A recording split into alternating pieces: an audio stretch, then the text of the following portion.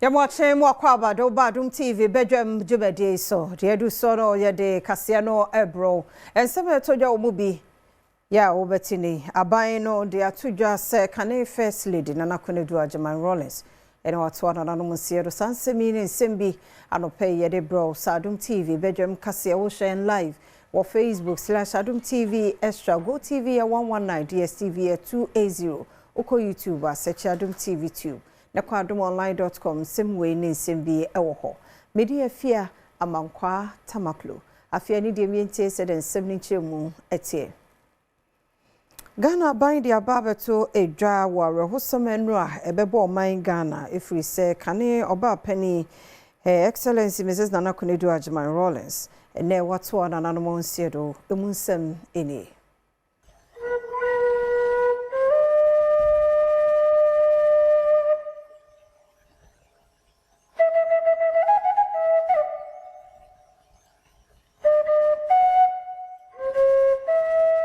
Enkrato ya ifri mampeni atraye won mo kasa ewo honum ekiremu a maame Nana Konedu Agyemang Rawlings twa ne hwe ban ene ya wo ehine mebuso me de toso adunu miensa obra ne hododo ne kakra bi na soafo hwe aban kita hudi hu nsam so na osa ye kasamafo de mampeni John Dramani Mahama Felix Kwachofosu ena ne nsa shakrata ya se a wo kire se aban de ya konsem emma abusuafo ene Ghana ma nyina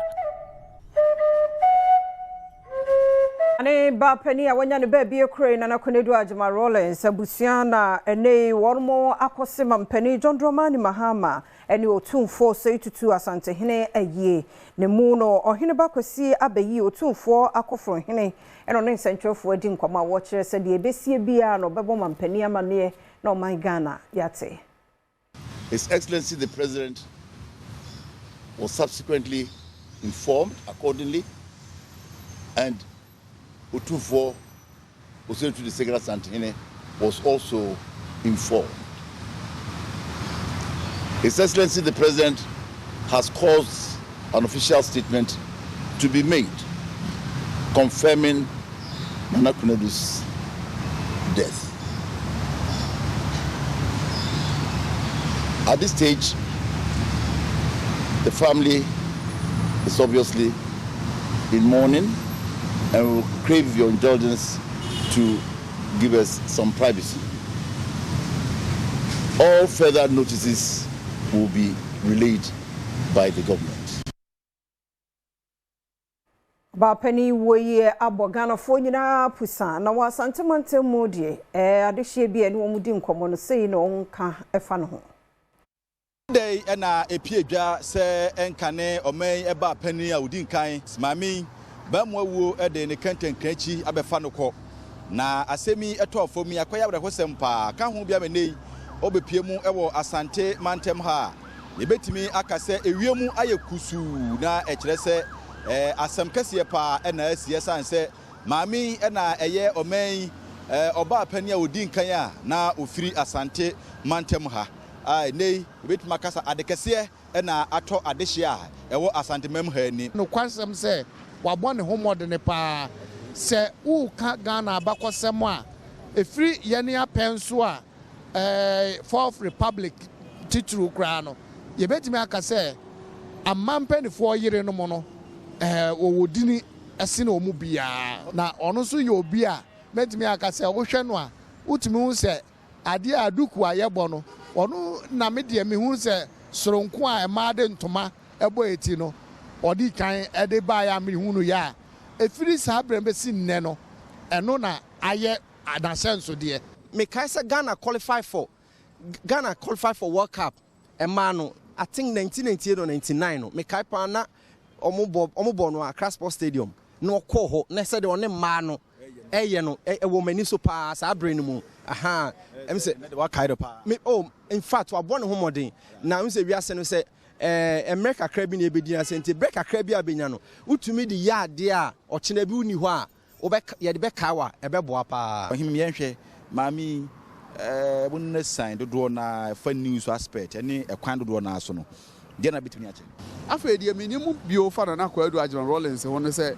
oye obi a na oye kokodurufo oye obi o wa kokoduro Ebra na ne kru Jerry John Rawlings nyame mfa ne kransi wanya ne baby call edi omamu ni nyina anim no no no so di mma anim sa December 31st December wo mu daycare center no na wo ko baby te say Ashanti New Town abi wo ho bantama de no abi wo ho na afi nu so amenso ho nso de no wo ho sa suku ahodo otetie nyina no eno na ball kwa ye nyina so e ma nkwada se ye ma ye ni enku daycare center ho a na de ye so kura kwa crèche ne de keka ho nyina ba nkura ne nyina no e kwa akoje entitie ansa na wo mo aduru suku ko emremu ne dia maje so ye Mayen free Sarah Hussein ni mo na yemungra yensan foforo mo na ene de yankasa ya de yen general manager ye account branch wo multimedia jumekoi mo ne ye no sir president and the Ghana Independent Broadcasters Association anwa ne amamra ni amane akoso a ye de na si adidie so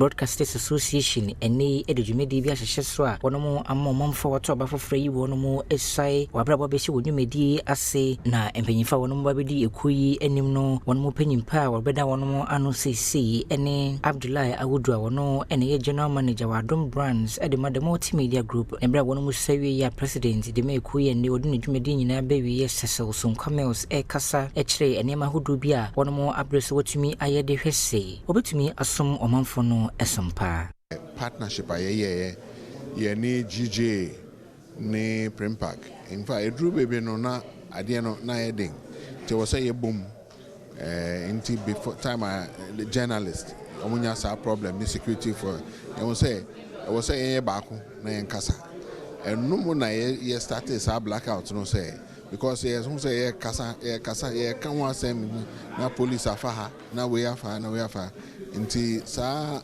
akabom no sa coalition media coalition na no idea na pa na idea blackout ni niama na mprimprin giba president Abdullahi Awudu enso enkasa mu wɔkyerɛ sɛ wɔne nuanom ebeka wontuma abomu sane ebeya enhyehye pa ahodo wono mu bitumi ede agu akwamu ama aboa ankrankran senkyere dwumeku ahodo ɛwɔ manyi emu because ohwea media landscape na we sure say Ghana you are one of the most vibrant media landscapes with a number of radio and TV stations are registered.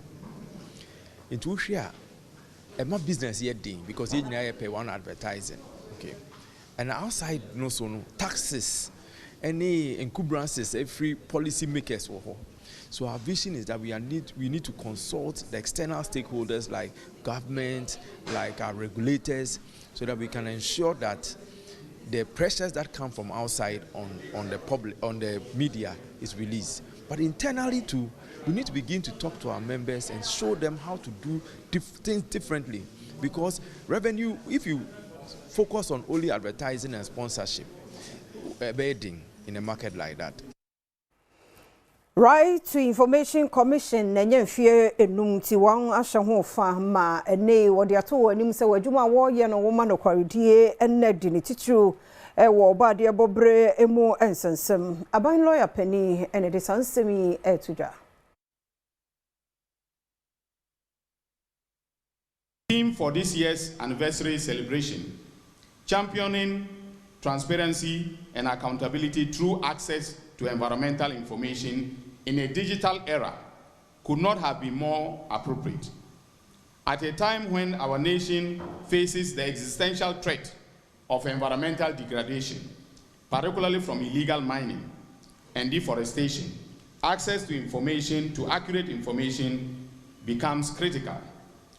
Transparency in environmental governance allows citizens to understand the impact of unsustainable practices and to demand accountability from those entrusted with the management of our natural resources. I urge the Commission to make environmental information a central pillar of its awareness campaigns, ensuring that citizens are empowered to act in defense of our collective future. We and also for the Shabank audience, so Felix Kwachi for Sunso to just say, I dare say that under my leadership as Minister of State in charge of government communications and spokesperson to the President, there has been greater compliance with Section 2 of the Right to Information Act 2019, that's Act 989, than ever before. This provision mandates government institutions to proactively make available general information on governance, even without a formal request. We have instituted a government accountability series, a structured platform through which ministers of state periodically brief the nation on the progress of programs, projects, and reforms under their respective ministries.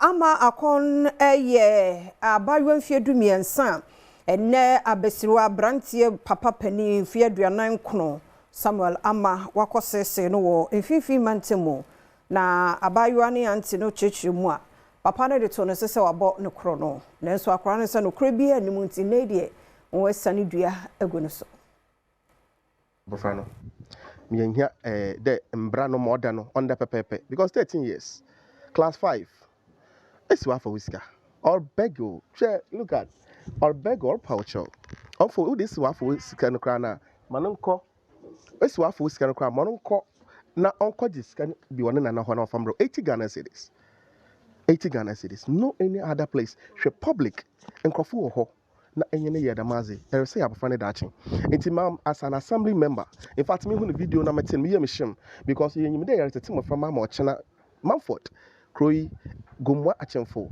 Joma enye nimpatum na mofra won dachi nti so pain 49 years etum 13 years ye dama wa wo yem ban baye ne den eho abofra yi a wono de sa kwadu yi ebo no so de nsem sei atudwa ba me kota adua no wakwan timedua na papa na frem ko yo se ma fa ni sika papa bi me nem ni din na ka se ma fa ni sika na ka se me fa ni sika no sister ma fa ni sika onje me pa abona m kwaji sika wo na na information na ni o sister onye na oro mata de no me ko dem no me dai Winam so ama abofra yi soa ne din ene ama kon ede atodwa se wono abofra no ede abosom ne nsuo ahodo abro opanyin samu edua se kwadu ente se wode ebono no fanti opai ofenzimant of friend me abosoman ode pai ndi dam pai no ode pai na wo mo osuro na wo ma aba wode wonhwere wansensa mpa na mesoma ka acha wode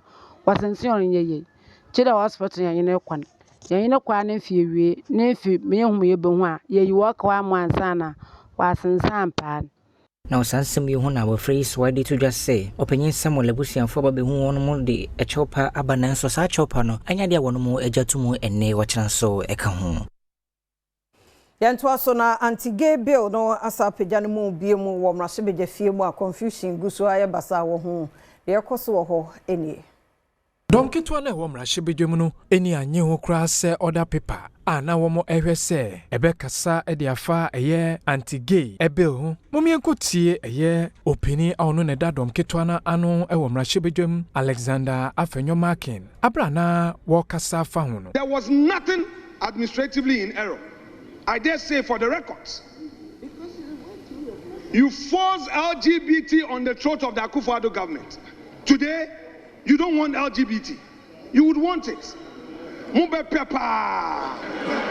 Mumbe pepa papa. You use it to win election.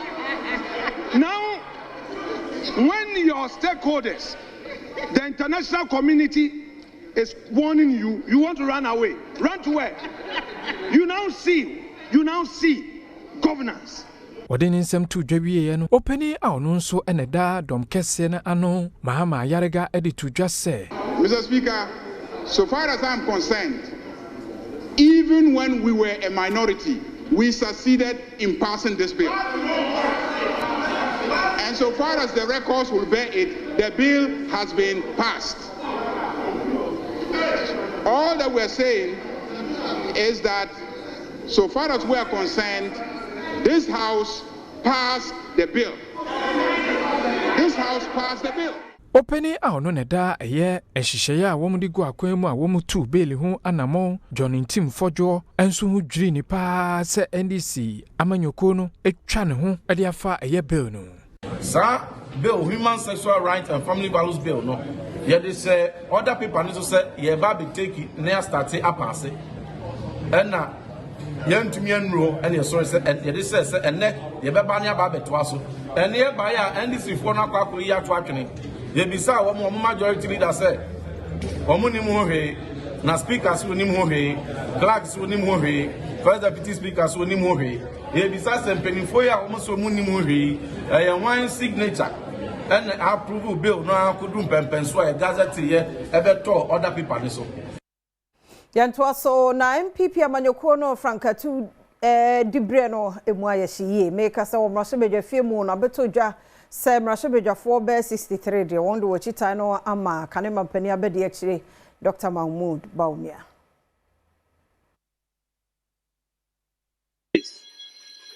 He has been tested, trusted, and proven. Today, over 60 members of parliament, in fact, it's 63 precisely, out of the 87 minority members in parliament, stand together in unity and conviction to make this clarion call. We declare our total and unwavering support for Dr. Mahmoud Baumia as the next flag bearer of our great party. And watching a Rasha Virginia, you know, the matrobo about 1 peso so glorious, and so did 2 church the intia, one more any Dr. Mahmoud Baumia, and never took a say or about to a benim. A new patriotic party, I will go, you know. Ye war, yen sister dear, ye fast war, ye bemo be ye flag bearer, ye party, you mo 1996. Ye president go for call 1 term or call 2nd term. Na don't put your call and premier son. The man be ye flag bearer, ye new patriotic party. Ye wo GDA ye deserve ye wo GDA na ye GD se obi deserve second chance. Na brabo. Dr. Mahmoud Baumia na ho brasie na ho fama said ye wo kanipa bom on titi ni pantemunti no. And na out of 87 no emu 65. Ya adwene kro ene akoma kro se nyankopon ya adoma na erade ma ye nko a 31st January a ebe ye 2026 no ye nyina ye ka ye ntoma abom ye de support elta ye wura Mahmoud Baumia chi amena ba be ye flag bearer e de ama new patriotic party.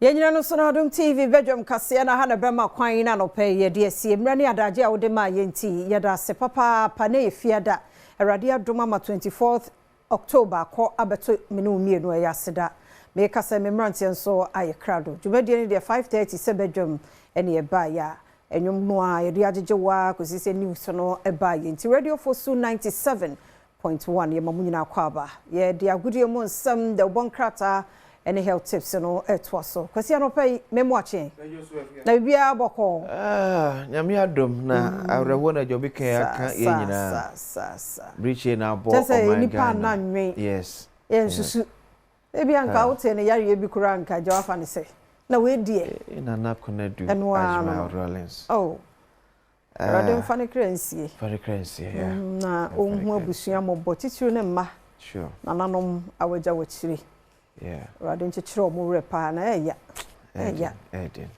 biti mi hu report bi se mi sa no panoa na mi se na no ho mfa no yeah e de ne call reja kono a wa mabiem radem ne nimia eye e no ye manema yeah on be so obeda hwa ye bed na betu obi aso ti boko radem fa ne kra 76 yeah because nyame so ne na di ne ye amene na di ne ye adwason de yankopon brebre do utimi duru adwason etwem kura kakra na se wahye no ne wanyam e de ama apa ti de yankopon so asese ode ne dum oh my god unse fia ne nti e ma bebre ni beje yamanyo sem yes sase na ma bebre adwen akoyom sa amanyo sem na akoye mema agudie bi ya ema enkum na so de nkitisie ne Kenya Kenya ma hodo bebre na kasa ene ma me ni tedi so e ka ontimi kan nyini din emfemfri mo sani nti na otimi wura Ghana amanyo sem ene ma fuku ahodo bebre waye bi 31st December women movement group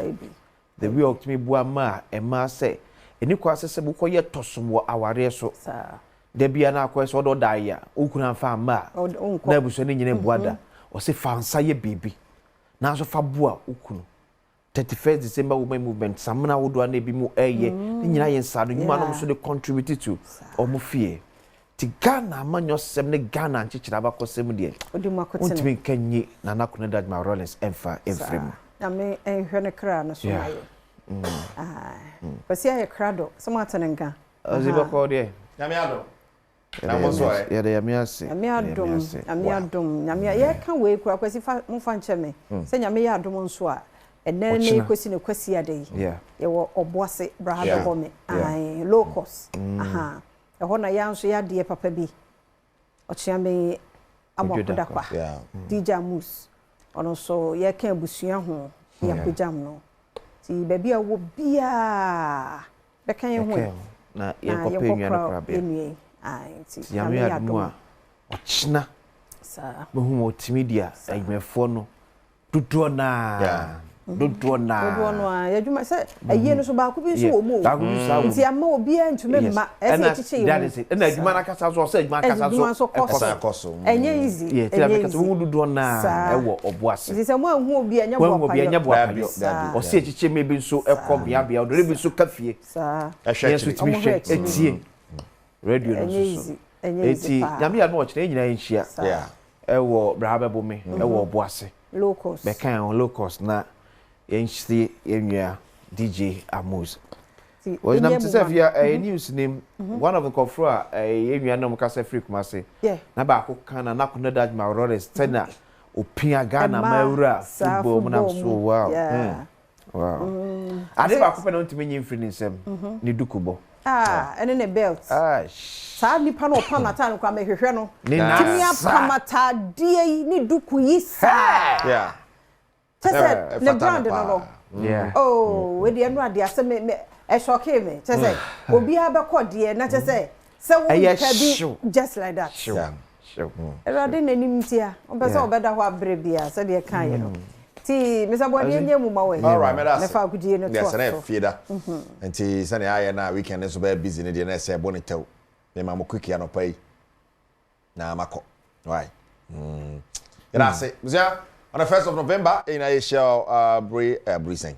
Legon Botanical Gardens. On the color party. Bro, I didn't think tape na just. Enti Legon Botanical Gardens na on the color party there bro share so mama.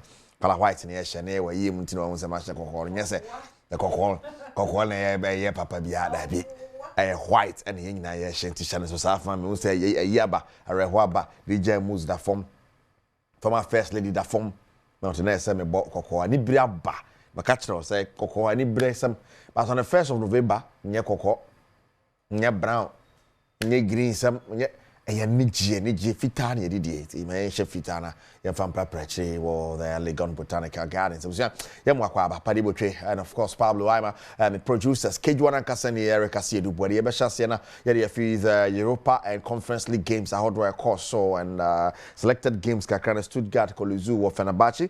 That is Turkey and Olympic Lyon about Basel by 2-0. Celta Vigo bought Nice 2-1 Malmo.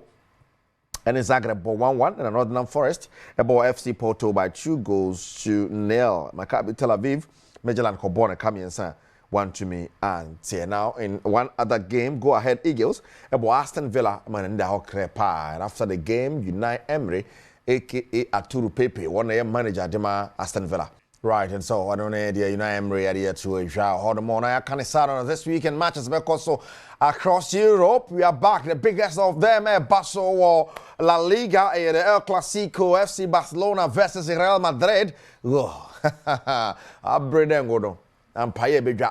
And in Italy, there's a big game in Italy. But yes, just for EP on the fixtures, the interest and on someone so started at Achina and then a question so. Nafe Yahunsane and some so Asia Leeds United and then West Ham Chelsea then China early kickoff at about 3 p.m. Chelsea in Sunderland, Newcastle and Fulham neighbor Manchester United and Brighton over beyond Brentford and Liverpool. Yes, Liverpool after so yes I win no away no. In the Champions League, or better say, about to me at Wasosa, Konim, now, young the other fixtures new city in a EPL apart from winning. The other one say Barcelona, Bournemouth, and Northern Forest neighbor Arsenal and Crystal Palace. The Bepem so Aston Villa and in Manchester City Villa after so call Europe yen share so with me Edna City Anoa. Now Wolves and Burnley and the Bepem so Everton and Tottenham Hotspur.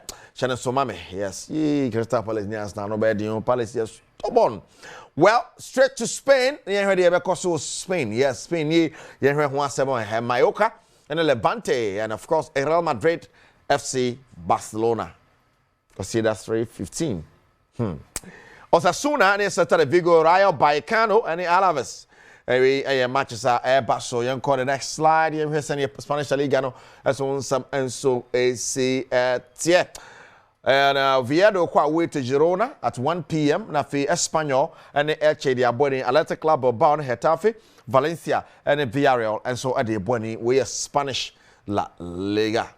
Yanko Germany so near Augsburg and Leipzig Borussia Mönchengladbach and so January so Kwambia so no one Bayern Munich neighbor Frankfurt and St. Pauli Hamburger and Wolfsburg Hoffenheim and Haddingham neighbor the Hem from you and the Airborne Hem Dortmund and Cologne and the Airborne the German Bundesliga and that is it. Dortmund also will be in action and on Augsburg and Airborne as in the next fixture, as in the next one. Now, Leverkusen and Freiburg and Airborne Stuttgart, Mainz 05. Abbo Leverkusen, a condition who Europe, young has Wabba Fee, or better tell who against Freiburg. Straight, they are also in Italy.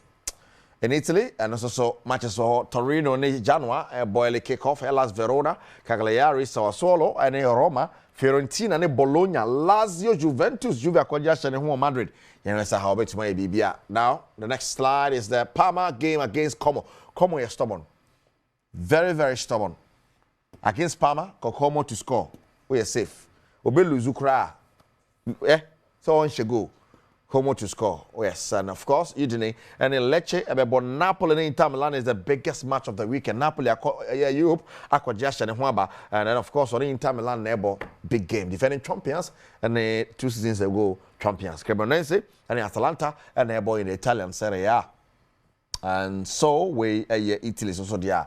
Yade brewo share so mame say Franco Trading Enterprise can one open here but now can Europe ni games how do we be so no Kenny Douglas Liverpool legend wa coach team ne pen we say mo I am say wi no as a Liverpool atia hwemoni age e bia so regional table ne so na Isaac from Kotaboka no nana season ya boy ya more 10 kra tibun see about Kenny Douglas dey and on the Kenny Douglas Liverpool legend or there to Jana ya can say yan kwani monko hwense for your buffy and some of you pa now one topic for discussion ade ba ko dagana for ibra no e World Cup aye ko players e dey ko na wo na no mo ka kire so mo na ne mo so mbebo e bitime ka kire se wo mo moja nimu no Ghana moja nim Belgium mo ne ayi mu na enam Ebi say England mo jane na mu afi ye qualify for World Cup almost say omo an kan omo san boa afi de mu feel Ghana pa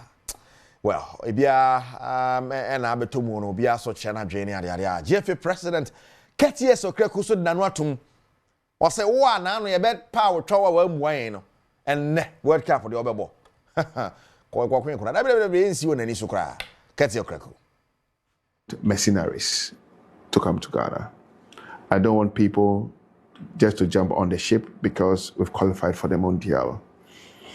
I want players who love Ghana, who play from their hearts with passion, and who would want to represent Ghana in all competitions.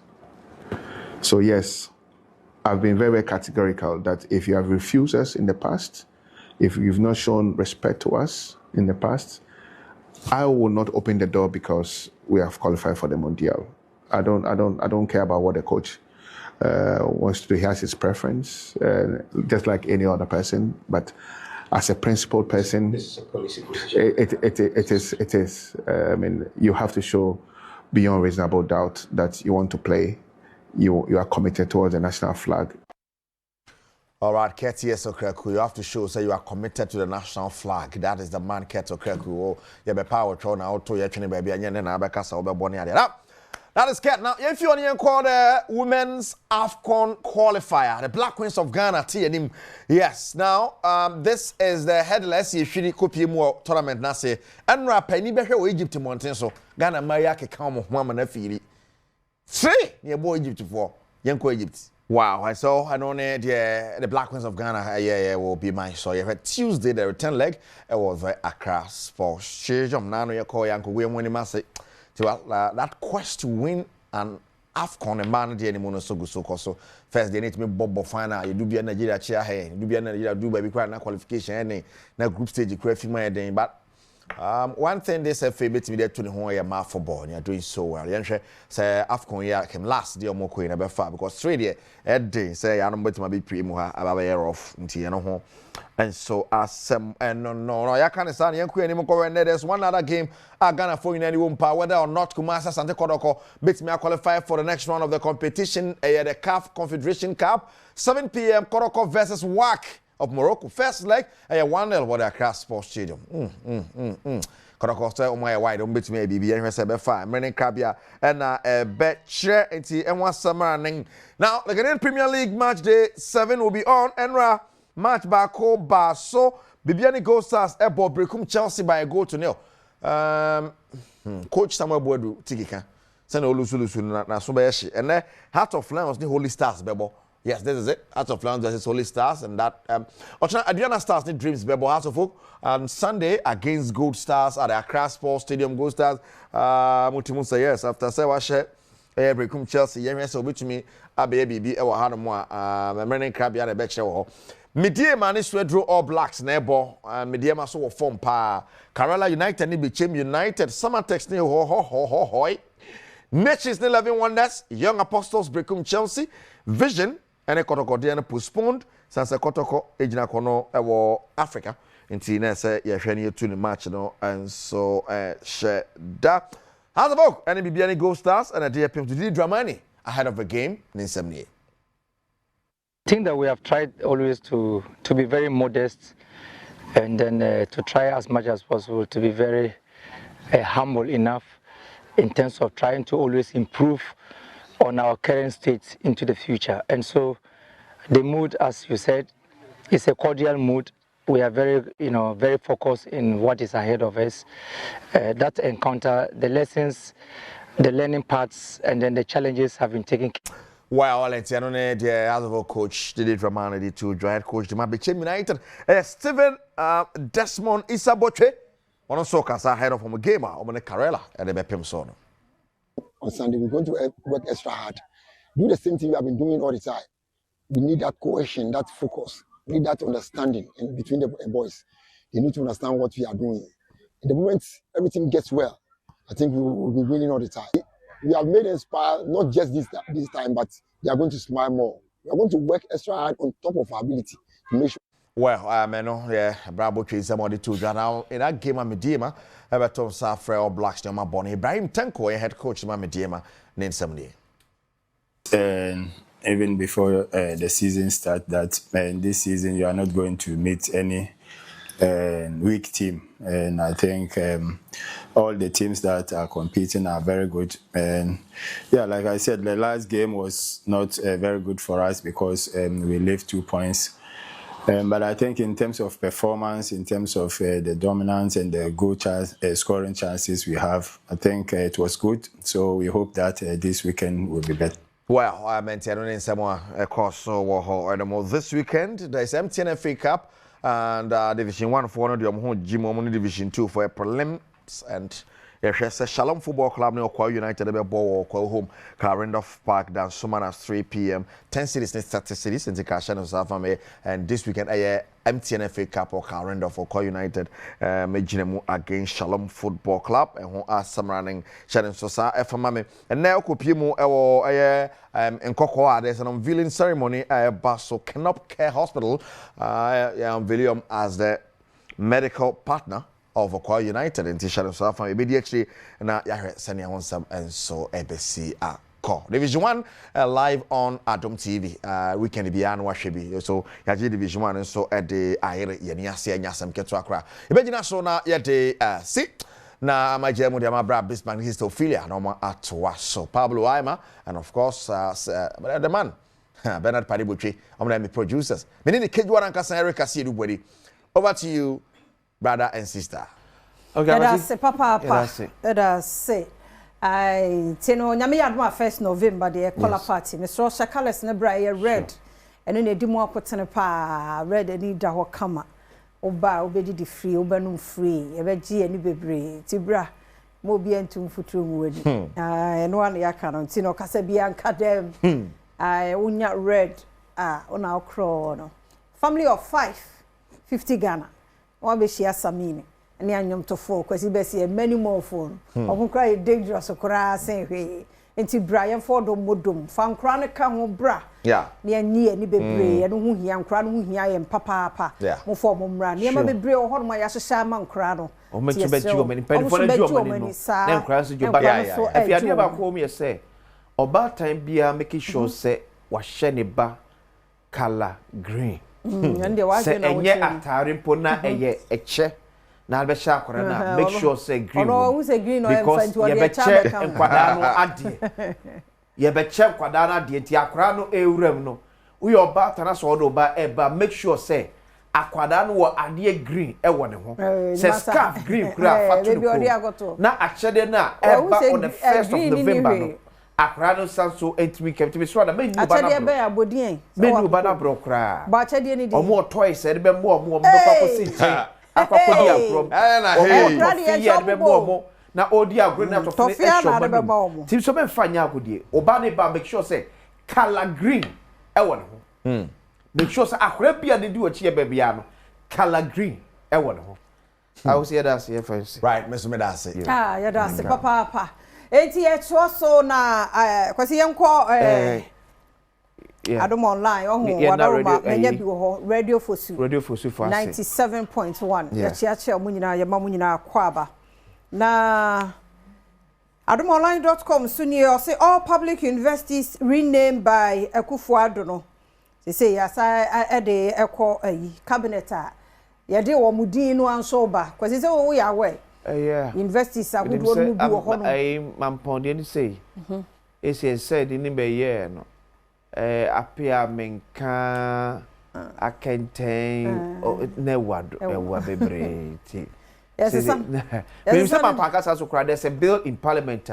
ye be the University of Mampong ye be University of Mampong the whole share the parliament nyanwie ye entina say enko mampani epnos but mampani afam de ya yam cabinet pushi ediko ya kase parliament ewie wadwuma na afi ye be science na abaye University of Mampong say mampani say reverting na ye kase dia ebe kwa akoye University of Education Mampong campus instead of Amstead no say ya sesa sa dia ko yes sa dia ba dia be kwa University of Education Mampong ye bompa ye say ye be gina ye be si gina ye ba ko sebe ya obi ba won sesa na obi ba kwesi esa no a na certificate ya fe hunhunu dachi bi ya fe o de ko be ko na nya sa di na ha dwen ye kwa bi so no nti ye no ho asamadomonline.com wo ho na no so ye mampani John Dramani Mahama so swear in 37 new high court judges I no so ehun foni dwumedie no na no wo mu dia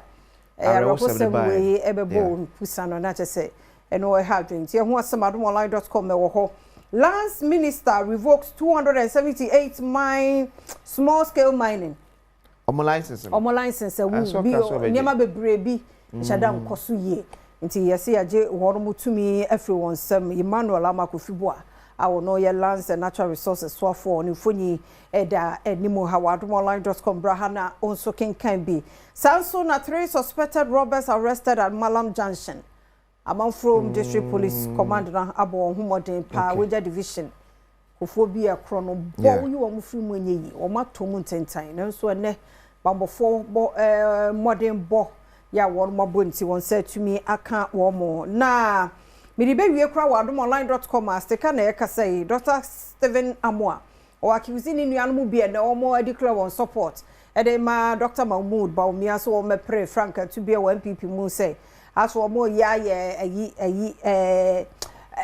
can say double standard one more funded ora Kennedy Japan I see more cars for 2026 no me ade do hu de ntia e bi no mo say twa one more eho a one more sign cover before free nti you ba ha no mo dia ai sika Dr. Stephen Amoa okay share somra shebedwani eda ne foni eda ha ye ne nsama hudo bi Mr. Ojebre ba ha beboa o my Ghana mampani ne di ye nimu se chief mona ye nyina ye di areho esan kane first lady Nana Konedu Adom Rollins a ene wanya ne baby ekure na me jawe mu fi se ne ya make say Ghana Broadcasters Independent Broadcasters Association Giba Yankasa Giba Yankasa yem boss yenchim ye fie ka Ghana Independent Broadcasters Association na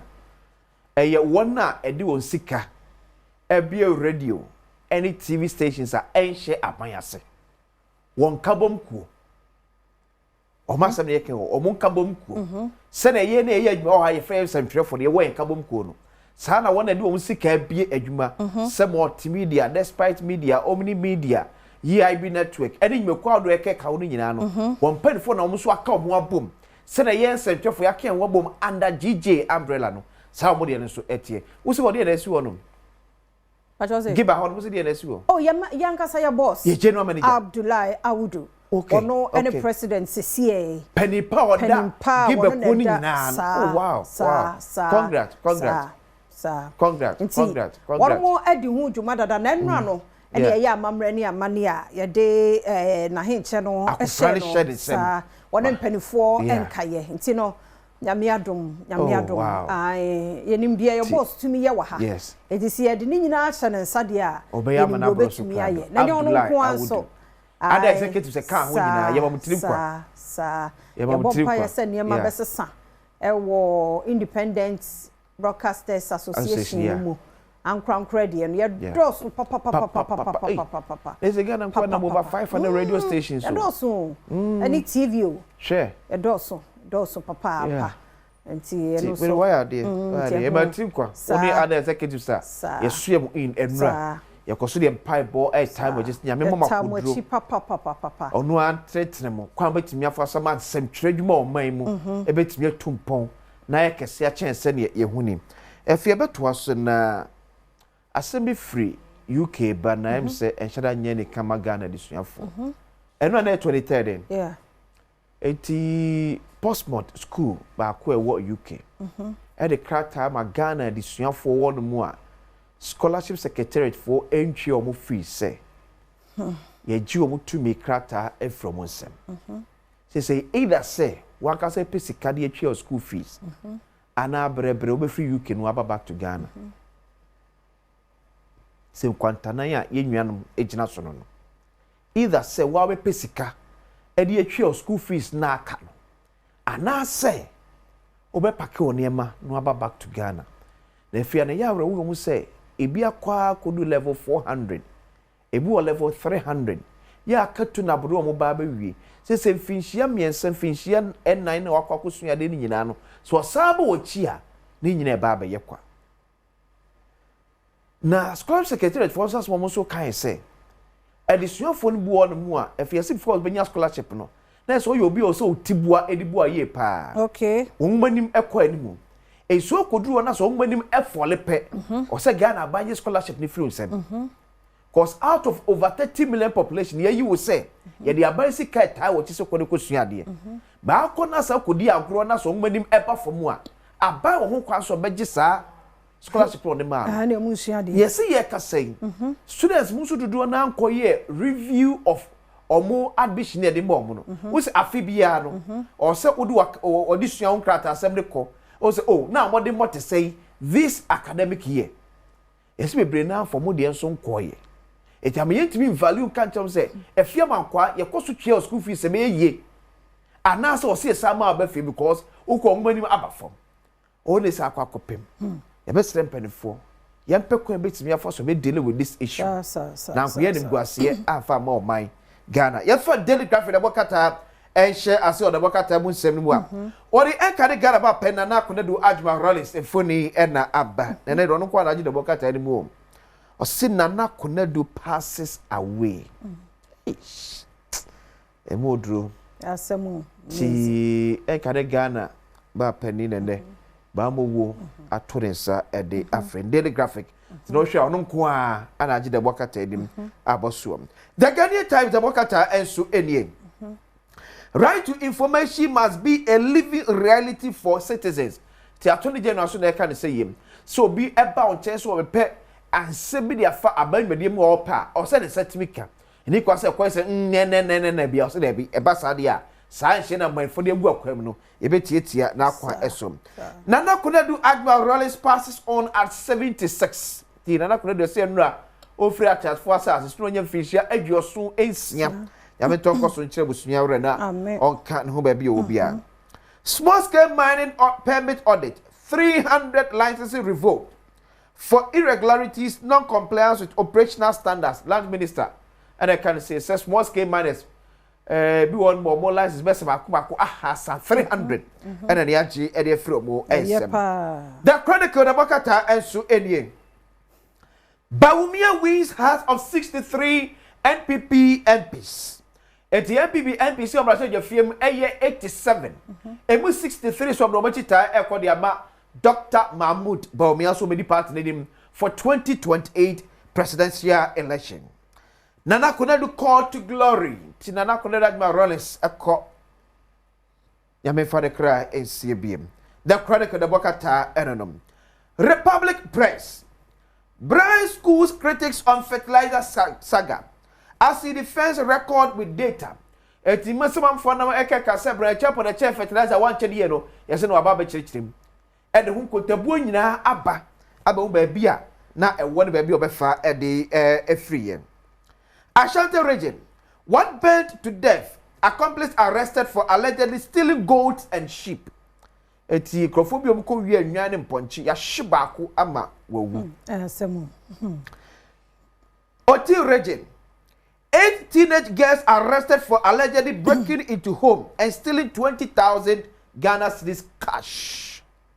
Eti emaburu nwotwe ene maburu bi fie ne akowie ne sika 20,000 Wednesday no say yes so say Tuesday Wednesday nkranket wa 13 to 17 years so almost 30 ahwe na obi ani ho a no maburu no mo am say man so de hardly so do be she be ati say so then so mo ye de boa wo other people hard dream pa.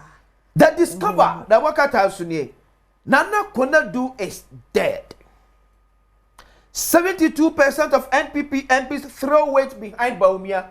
Eti Domkuma Yom Rashid your film how much mu adjosum yenu and what you do chita akodiama Dr. Alhaj Mahmoud Bawumia. Oral data included a lot of concerned information. Eti Oral Domlevo as they can say. Se ora na mampani John Rahman mama te so munye ensem famra no esu oswon be na bebre konkonsa se twom adanse bia eni echire the discover the Wakata and the feeling for be announce full lines no yana TCSC jabra na bi ato eye area reference Tabora yes Tabora number 4 is Tabora number 4 gija ato no enya de keto akra but announce full line na 0302-211-702-703-704 0302-211-701-702-703-704 Now so far headline bread no ya dear dodo na otwi mu nyina ya no mo aba na wa yin tientiam se be betimi so afa nipa dodo no ankasa 2 pm na di kan be men na no pay ye mo ache Mejo so mini aba na ifia da na ebuja ye o.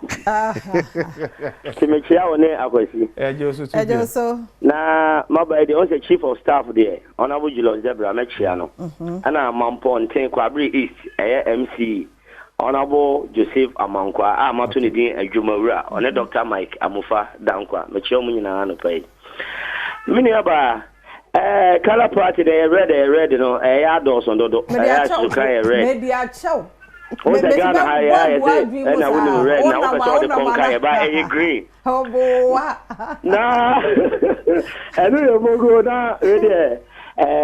Your former president, Flight Lieutenant Chama J.J. Rollins, and Obama, I told you, the first lady, as an auto, and near Busian for, and I mean your politics, as an auto, near Abusian for no. Memo Munina Yako, so much said in Yankopon on one of them. Sebe ono so na ede eje 76 years why are there na bi so Dr. Bawumia What are you trying? Why? You're trying to say 2028. And I'm better my politics in Tiabashi. I mean, we should have more happy weekends. So 2 p.m. Yeah, that's Kofi Tiny. So, Abba, Kofi, I don't pay you watching. Major Mosso. Yeah, that's it. If you are met you on my chair, in your question. Yeah, that's it. If you are already, the other side, you know, so. Obia, get to that.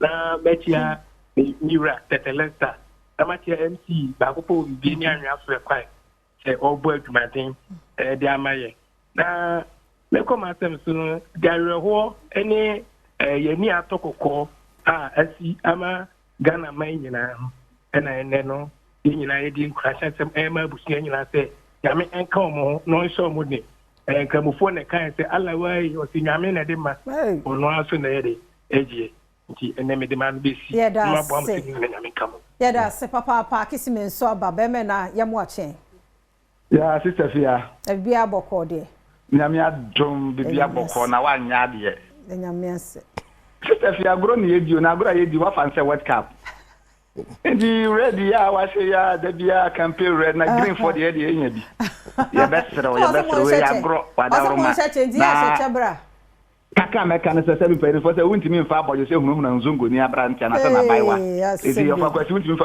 ehunu na ye sister Fia mama panti akese ma ye regional minister eye honorable Webet Petty Blentum obo adwuma sanso na eye uroja asare tando the regional security coordinator obo adwuma na papa edana meka oba ye western of ade galamsa wuntimi se ekofo kakra me di manyehu me kokora me na ekọ ogusu obo adwuma kakra ma Robert for no mo takini pa okwan no sa uroja asare tando ye the regional security coordinator obo adwuma kakra nti ofa sister Fia anopai me bona bas na so ya me yiri birthday and me yiri birthday beto we making can ye ma me papa me penisa oba bia makrao yeah that say kwame usu ra kwame anopai ye mo achen me yo so yeah that say na ofrey free here anopai me frame free ashama yo okay ya frame kwame usu na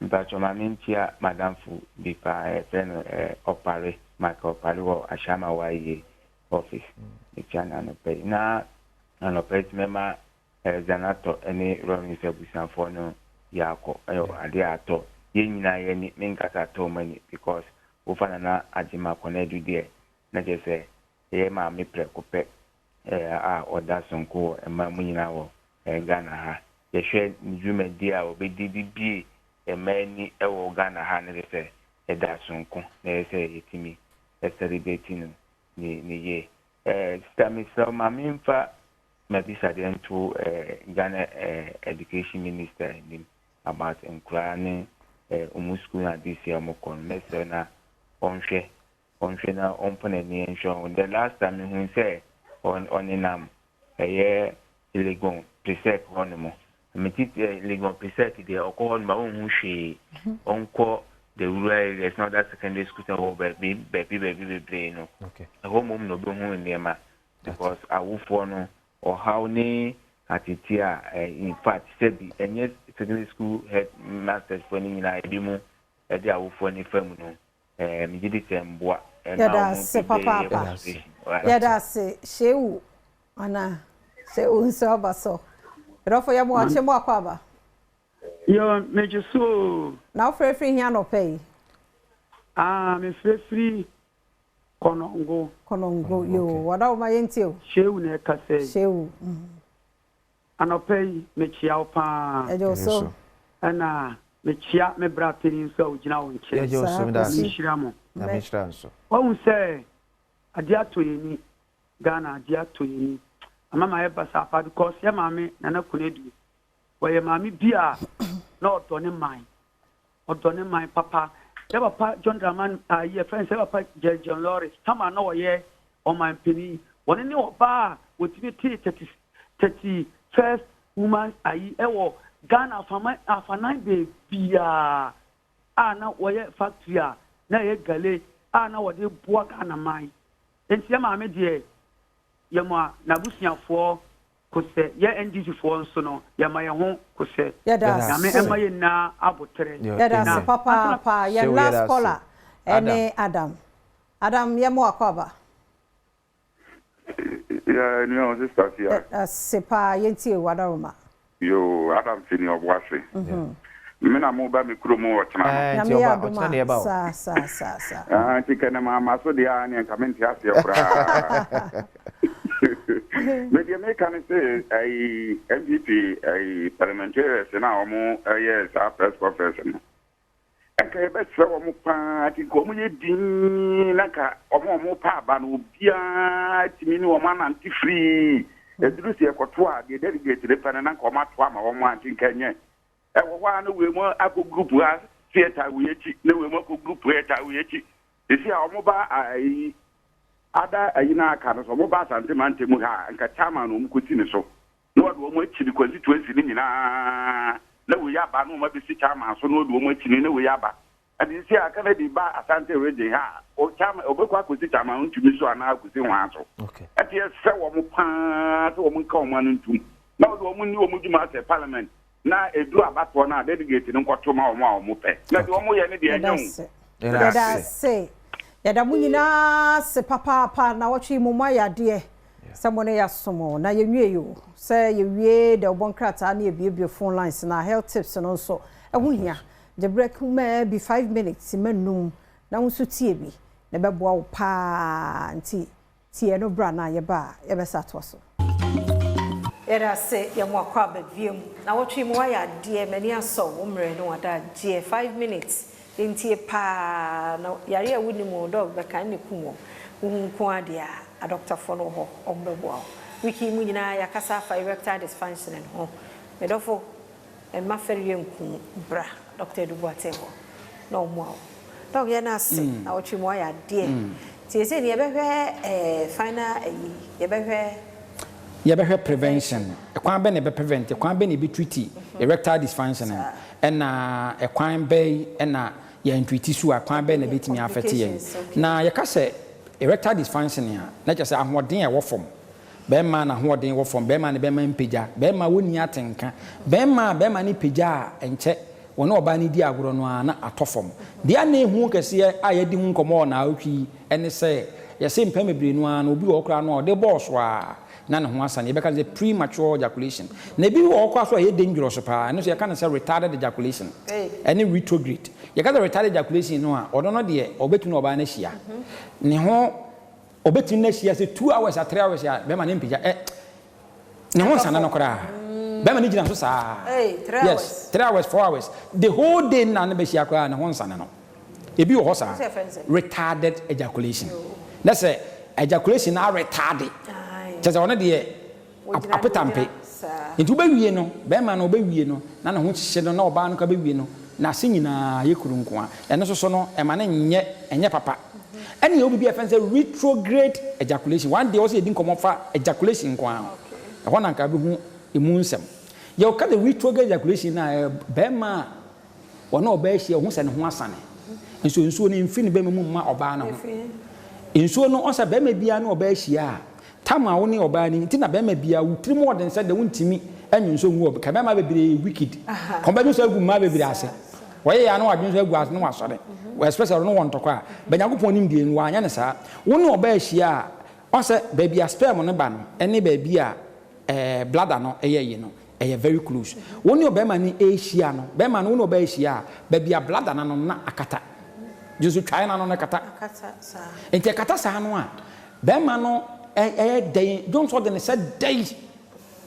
Johnson ma je se bi wa pulie firi oba no ho na akwa gina kakra no kwa gina wa che kakra nsansa na bie na obi wo hara ne de no ano no aye weak valve na wa no a e ma no no botto na no bie ne de na weak enti ono oba ni hia na ne ho sane no na bie enti won se ne ho ba no na a recall it back into the bladder tino won se ne ho nsuo na kofra Johnson enti tam no oba ni hia no wo hu enti ho se ne ho asane no but nsuo no ebi amfini be mama ama eno so e ya de wo na effect e wo sa no ma we mu nyina ne se wo ye be ma te sa wontime nyem mo yere Adeɛ baako asa da di kase pa sɛ obɛma bebree nya low sperm count ana sɛ azoospermia ɔmo ho ahoɔden no ɛkɔfam because the production of sperm and the erection level no hormone baako di mu akɔtene pa ɛfɛ testosterone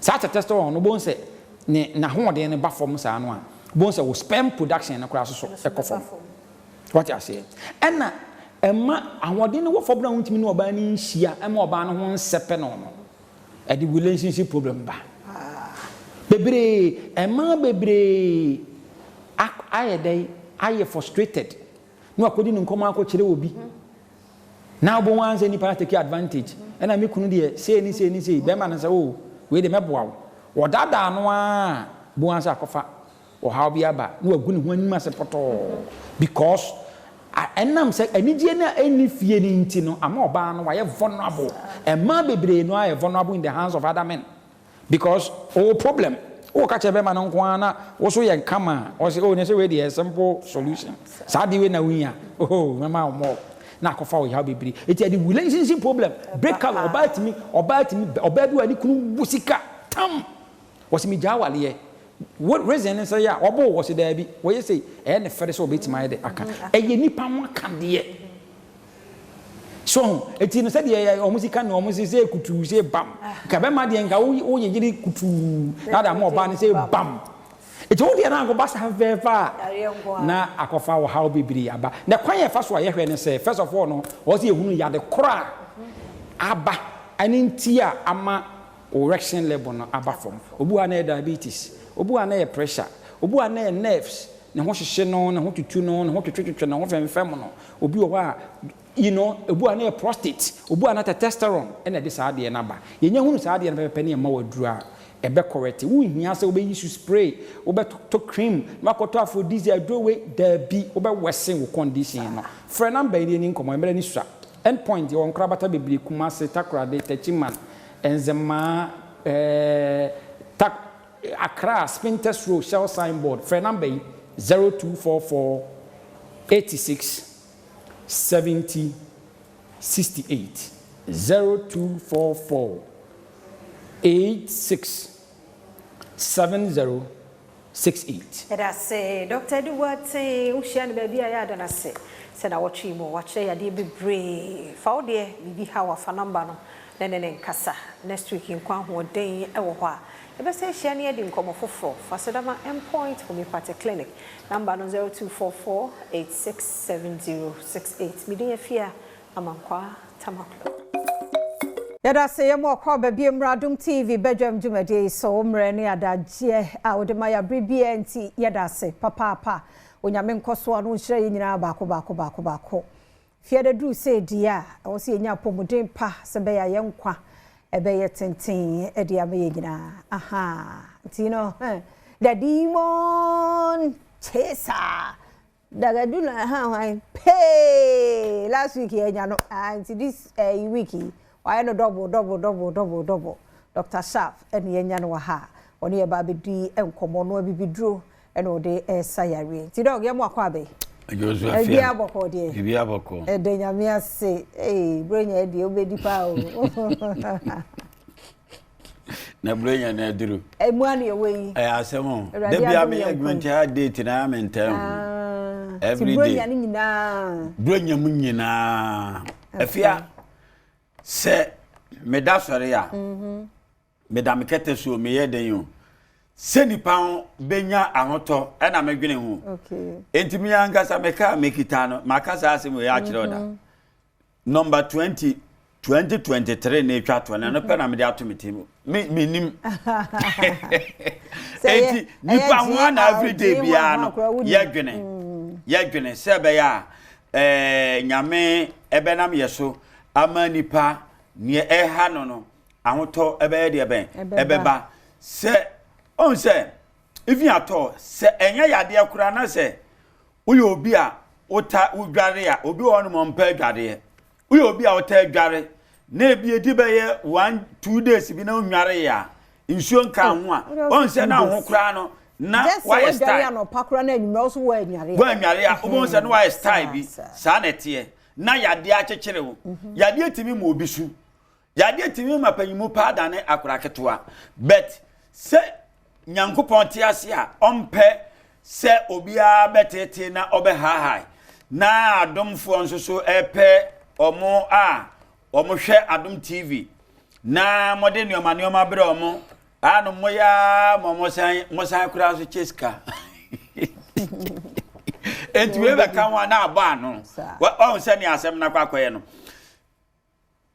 mode yaba se anase mama ye platform se be ya mahwefo no nso so no omo so benya ayaresa papa nenye 419 asem o se ni atie no na me ka asem bi enye ma dane no oba sa netie ma dane no oba na se otie asem makire oda konfo bi ana owo bunu ahafo na o se obema obi nyim o se obewo oba acho sa atem na ayi ni ho obewo ayi obema obewo bema nti Umana awaka ma me ne yakoka kire konfuense ma me na wo na emum owo ba na komtisia wase madan no ba wo ye be mo be ha adwini ntina madan no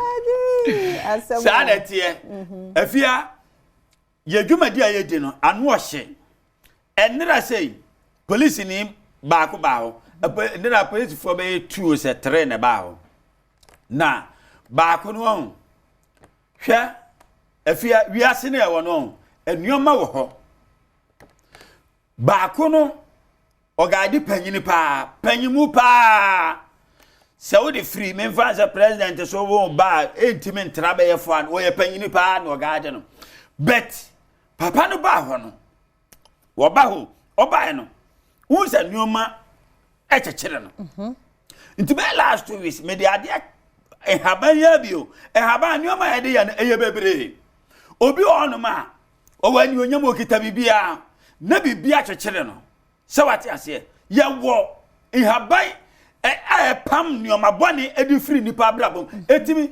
enye se yade no kwa ne so ye nim haban ni tie etimi ya nuoma bebre ema nipa wonso eto no e wo sikasem fam ni ade na ya dibi eka no ema ehye ne se me man 1 week to ayi unim se nra papa no baaye no papa no baaye no oje mike di adanse asema wo kaaye no se 1 week no ade be chama 1 week aso no ubege di se obi sheda frɛ no che no iska ade chinya yi no zo obi sanso aye 1 week na nkasa so obi sanso ye de be emaniska nra wo kasa no osu o na police ni ba kon so di ni nua ba ni nua na bodam 16 years o sesen ni nua oba abodam 16 years odi ni wura ye dem honom obi abodam 16 years no odi ni wura ye honom na akura na ye nyamfa aduro nka no na afi ni nua ne kasa no wo se wo so wote honom wo se osuro me kura chese ne ho wo so wo de nyame bu bia next week mama mo de natola no so wati ase sa na tie video no wo de beteme person no ankasa kasa o nsa ne tie wi ase bibi o wono ati ono se wo se wa ye police mfie bebre onim se sa bibi o wi ase sa afia ade bia wo ye bia na wo de nokre eye no tem bia no enkoso oba meme ho no na makasa meme nyi bribe me ye badwuma frenchem ma me papa wa odi nipa no ba wa na o ye na mesen achew me na me ka kire mena bunu ni bo free kransa ye free ne kranka sunsu ne tumi ni anwode wom so opa papa ya police ni ala say you oye yi DSP bi na ofre di adanse se oni ayi ne so intira nka be san so ba no no ni pasen onu angasa na ni ya gani ni pasen o start ba gedu dabi aya chiwam oti ase wo no me ye you say pe kraw menye brag me ye madwuma prenchem ebi di yade na nkasa ye omo ade saye busua ni sika keke ne e wo no du ba ho ya study enti won se wo di nipa ne be kina na obo ka hunu nkwase akakwa ayare sabi ama no no nkasa na asan ye ne ho what you say sa na tie ayese nipa ba akon ni anansi to aba nti ogidi se anansi ne bedi obewe wonsa ni asem ne tie sa na tie wo awutie me wo awu hwe me Dr. Sharp ne Bruni Bo Frim Kransa ye frene kranka sunsum ne tumi ni awode wane so da bia ye adwuma no eya French ma bibia ni mntino ye de yansam tudwa afia me koso aka wo se mese so nipa ba akumpo nkrani se ekome egbeni beka se deka frɛ se me ma ye aduru ama no wano me ma aduro na ne ho anto na mese me ma 100,000 Ghana cedis ase ma ka che enya nkwa de ai journalist fo awo yi TV stations say yakase nyina so mpacho ya hye o bo obi enu onu anya bi mu 4 years bi mu se obi enu onu obenya bi fi sa me honum no me nya duro amese ana me cha se obanso na se wafum why mistake metimi asre ajew minima abenti no mitimi ti akom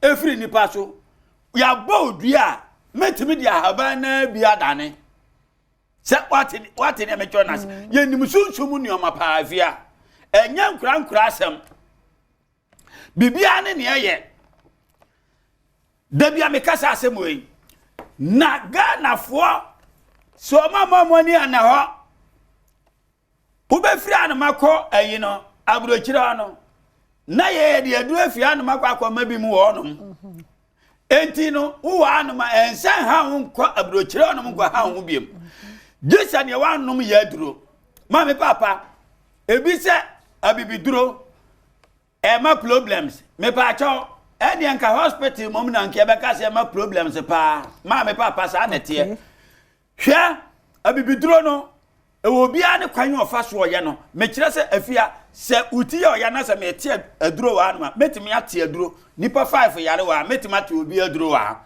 mote wono bet aduro no obi ahu enye se sunsuma se ma na se yo meti no meti nura enye papa e de afra ne ye papa no me kwa na makoyi ne enye papa no ne enye papa no afiri mu na me de we no papa na ye adwuma okokwam nti uhu because me nkire o sa me chiraw intu ya matra makwa una obenya asem ma me papa utie me medisika to so se obi biara obetimi atu nanum tuo se me ye aduro ma no anye medisika be ma no me 15,000 Ghana cedi eno an ye gusu kanda bia ma me papa me numbers na wo TV na anim no oba me no mafaka so aka ka se obesi overhead na ase se osi aka so overhead na ase a faka Eco New Market do me number no numbers in here 0266 14 another 146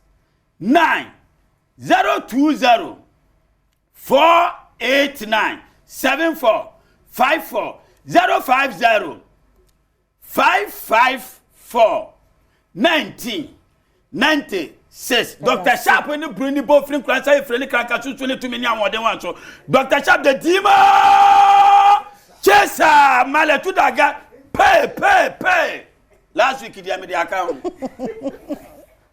yo yate enti Dr. Sharp na ten last week wa into the account to pay yen come round na ye ba ku bi nso ho to aso say ye mo kwa ba bi me ya Adom TV Badwam na uguso efhwe no ye da se papa nyame nkoso anya okese mmaye na yenko nadom heba center so na yenko hwe enuro ye wo ho ne tichu ne family wash de no ni ade ye ni ho enkomo abna oh yeah shutie pa say team red no de na so me ne wo ya dia me so ani da ho ya kama mu se Thomas e kasa white wo enye problem mo twi me kom ho so enfa propaganda na to so ne ya ni wo ani say lines na adrodo me say amko mu ntwe mu enko kapata me join the team no team red all the way team red 1st November Ewoligon Botanical Gardens family of 5 foot 50 Ghana bedo for bra fam krane bro for mo bra na yem bundle abusia na abusia hia yen sponsors ye damose papa se muguso aso ya sen samini ba ene anyum to for many more e be dia gro bebre nti ye to yen safro 1st November damemenda wo Legon Botanical Gardens yemra afia media ne ye red nti wo ba red nkwa me enhunu mo ne ni di nom entwa pictures ne ni agro bebre eno ano no ase abuna omu ye wo TV so omu e wo se omu hu ye live no ne entwa pictures udi ye won komo bia ne ye mbedi wati eduma na se do bra na ye mbonde ne enkachi cruise together before ye be call 1st November no dia no wo se ye wapom dimu de hia ne se obefa na Adom Herbal Center ye ndro ibi because edru ho na se ho mfa wa mesra wuntumi mbabi ubeka dem entent na ho ema yare enje ni pedua no moso na ye chele a na ahye dem ubehye dem sai beba no na oda ni sofa na asi ho pie kakra make sure so benu mudro na tutu infections ene yare na sini na edema na Adom Herbal Center de enye kasa tenten we show working ye metina ha bedwa ye num ye kire de ye wo na Adom ye wo nafa X-Vein mixture nafa X-Vein capsule say enete sanso ena ye wo nafa Lady Clean nafa Lady Clean evidence day we 100% natural feminine hygiene wash na Adom yankasa na yakokwa yema kwotiti ndua haban ene ndua hini ye de fan fidiem ahoro ho aye no krogina Dr. Fekukudam ene agina fidie ho de haban aye adroi kama ye wie no ye de gu ni tuom fefefe asawa kakra ehye ho obehwie kakra egu asawa no ade akoha mekira wo de be hya hemfie ho se menua ba hemfie ho ene keka wo enso begu ahemfie ho no mu na wabonti ana wudwi ene guase enkonkodwi ewa abonti mo bi ntwa nkoto social media ha adwen na wadwie kura na wokɔ so no oho na woto kakanka ho na wo se bibi ya den ehye wankasa ententa on anya nhwe han ma infection ma won visa make sure se won sabeka nafa Lady Clean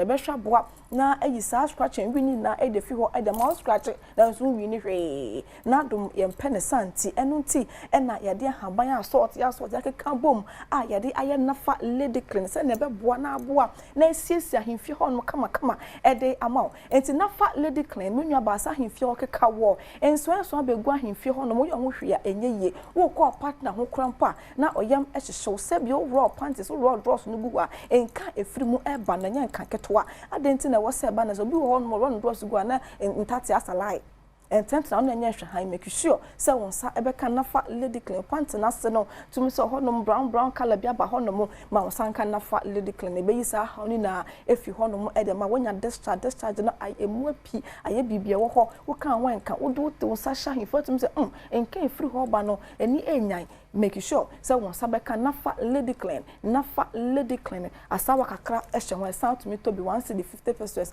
2 cedi tumi to na de wo de asiesie ho kama when you bent na ho ma ka nyoka entina ho ndu hu fewsa mema so do mu show mu kasa pa obeka so na mo fefe sa no bekom na ye se ho no mu enkoye entina ho mo keka ho se basa sa make sure se won sa ebeka nafa Lady Clean we no when the best show all right na mom no obenom nafa X-Vein mixture and then the capsules nafa X-Vein mixture and then the capsules infection no the umojemu the whole system nim ni na no benom na abesene akompempi na me kan se bibi sha se edan ho di e woni padwane ni akai na hye no so se e womojeni mu ente wo se wutu ase enso abegu ahemfo no mekeka wo nsu a egu ase bia den carbon enam ubu nsiria na se before wo menstrual cycle no na enka bi efra ahemfo ba unya discharge what we say we no enya normal e wo janimu ente wo so wutu ase ntu be insert na fa Lady Clean all right then mo no benom nafa X-Vein mixture and then the capsules nafa X-Vein mixture and then the capsules so benom na the whole system nim na abesene akofa number na efrayem 053 11 56 556 053 11 56 556 yendrei enya na pharmacy shops ene herbal shops o krom ha baby anokwa obenya yendrei bi ato mema no so obetumi anom na fa X-Vein mixture ne capsules no amano ayeyem nya bema wo hojan fitri so kodwon so abechimachim se yeden na dwonso no ema dwonso no bebon pa kitu ebu felisa dwonso ne ba den akem edu na dwa to mean that obedwonso sa ma ade achi aden and I want to mean that because of infection. I run Adom Herbal Center. You didn't do papa say about drama so infection at now swatch I must say no so be man air shrink a phone shame and can net to me jina so come about say no to me say size ni na sesa and so be go ano anu na assess a color and sound nya how you attract infections na ha dwen ye ba what tent down back or show rubber and man do sa level answer see I watch say signs and symptoms so wo jonso na wo tie ya jonso no feel say e bi akem ukojina ho be chimachimachim na Johnson ne ema ye either say Johnson be ba cry either say insufite bi anase mogya bi edi akire eba entina ho na nya enhwe han we na ebo kokko ebo nka ye se bibi gede enkoye ewo wo system nim obo no maze ben fa ne be bia o hwe nye no enso tumi se ne testicles me cheshwa lege no ha mo fa nchemade nchi but e wo se ye ka tumi se honom ehhye ne mu hye ne pa ye ho hwe a enye yie make sure say won sa ebeka nafa XV mixture and the capsules nafa XV mixture and the capsules obi so beka say oh me abna na symptoms say abobo so die me experience e bia o infection no etumi tena ho che etumi de ne ho te so na hyehye ho wo sha sese wonu madu ne pe ebe sha sese eda ne ho adi enti no make sure say won sa ebeka nafa XV mixture and the capsules e bia we de kan to ndo ndada wo sha sese wonu no discharge na wunya no aye more than before na e catch us say edro eye adwuma eyi efini ne how ni na e de fi ho no mo e de amount say menstrual disorder so menstrual cycle no ntumi mba yie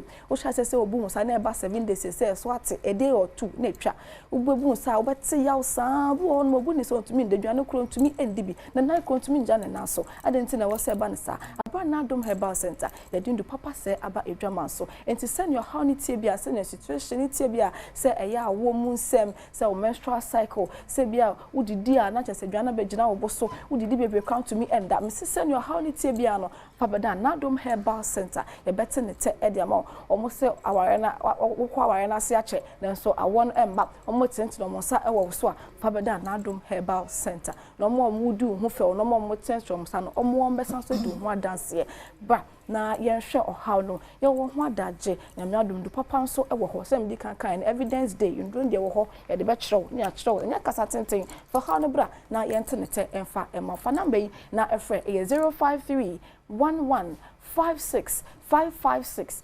053 1156 556 Emma Renfin so say November ye call ye Legon Botanical Garden and yare na count toward the first November ye call Legon Botanical Garden yare na count to want me fast scratch a win ma ho enti no symptoms na start in pedo no ne e be do first no na chese bibia eto etwa enya e obi na chese nka won ho obi amen obi an wuni agros ada no enti mesro make sure say won sabeka na Adom Herbal Center ye nafa Lady Clean nafa XV mixture and then the capsules and share na into sa how na sini na informal me sanso esi number subium 053 1156 556 053 1156 556 apomudempa ema sitina pant mi don tena ho ma yare enje ni pedua no emoso abra na Adom Herbal Center ye dindu papa se abedwaman so eno sa no mo wo branches ana say pharmacy shop ni herbal shop bia be ko bia endo ne de ya to apete be bia be ko bia no obenya bi ato but owo dansoma na important betumi akọ dansoma ha sonic ho na Adom Autofix na Adom Autofix udu ho no ma so pe na Adom ye herbal products ni boka de ye no e kiroma omo obi e wo ha omdema ye ni KFC no na ye opposite na Adom Autofix into wo around dansoma na important betumi akọ na Adom Autofix ho no mo okwa ka de how no kiro omo no ma we dro ni bi apart from that pharmacy shop and herbal shop bia be ko bia no obenya bi ato anase bia wo no wahwehwe na wunya bi afreme either say betumi de maka abro ante na bia e betumi de maka abro na yahwe kwan ya befa so a sa how no e betu ase e de amount no de frɛ na yenhwɛ wo how no na yintu ase mfama number na 053 1156 556 053 1156 556 Adom Herbal Center na yete won kanon tino weekend yi ai nkrani ko school yi mayu ni teacher nya ayi lady yes na first year ho kama na bibia nye final infections de wan treat a ho sansam na doso yeda se papa nyame hira mu nyina bako nyame yadoma weekend ye wie erade edom ye de akọ Brahabebo me eye low cost na ya de ya dish ya papa bi Joseph Kujwamu akodakwa DJ Amuz ochiame erade agena de odene famie na fam odene famie nso ye ni so no papa te erade ageno a one hwan te erade odene maaye a waje no onfa ni sie no kokum na oma no babbo no nye kese wo ne yire ne maso ne na ne naja eni ne nuanom eni yenso adwumayefo wi eche ada ne abusuanso rade nkan nyina ye ho na onfa ye bai enua be ma ni ekuni onfa ni si yi ti weekend e be ba ho ne abe crowd ye de hye no kra kwasi aye krado asemidi ka aha ne be ka no ho se pe be ban sam ambo atema ai enso e wo ho a wa ye krado ode ho se pe no etwaso ma momo ho na chi Badwam usapedo already no tone no asset the dow na ihu da susum no esanu form na che da susum na ka ye ho wa ha de the do bi onye nam Emmanuel onye hen no onye hen nam inti no no ho asamarangen and pay etune in na wo kra Badwam usape na meze bro is no the fancy doll president for the Brothers and Sisters Association na and pay many destiny songs say ka destiny songs are the Makers House Chapel International for no one kwa kese pa no one na wabaka mensa o hade na ina dwumeza ye bebezi o hade and pay sonko no on suddenly nya kakreke bi adam asasa and also papa my baba ye de ye papa enwum foforo wa ye no hotam no etebi say ye hwe ikrom hade na nkasa na ebehu de kwase no another asoro no binum for nyom personal pa now one of the asoro ofa nyom personal pa wo krom hade here the Makers House impono say round one asoro fie hono ma one speakers no one set up na masa quality sound quality masa it's not one more what to nyom hade me gina heaven ma bofu na totobento na kere bibia wo serious into no yesterday wasn't you for no na why here ni Jesus papa yes ye playing in the premiere first time airplay into the baby aha in a bet nyanyum na wo no che unda no kra no under form yi wana wona nyuma wa tro na wato na wo ba pon ho tampo fro kra na yes bro into no ana pay mansa aka ho no ha de ma mun da ho nezi emfa enchewon ana pay nyamina sumdwe nka won won ka won so na so no mukọ bi o minyi nchie ne bi na o ya so wo de amperu bokum kra so no mukọ bi minyi nchie ne bi na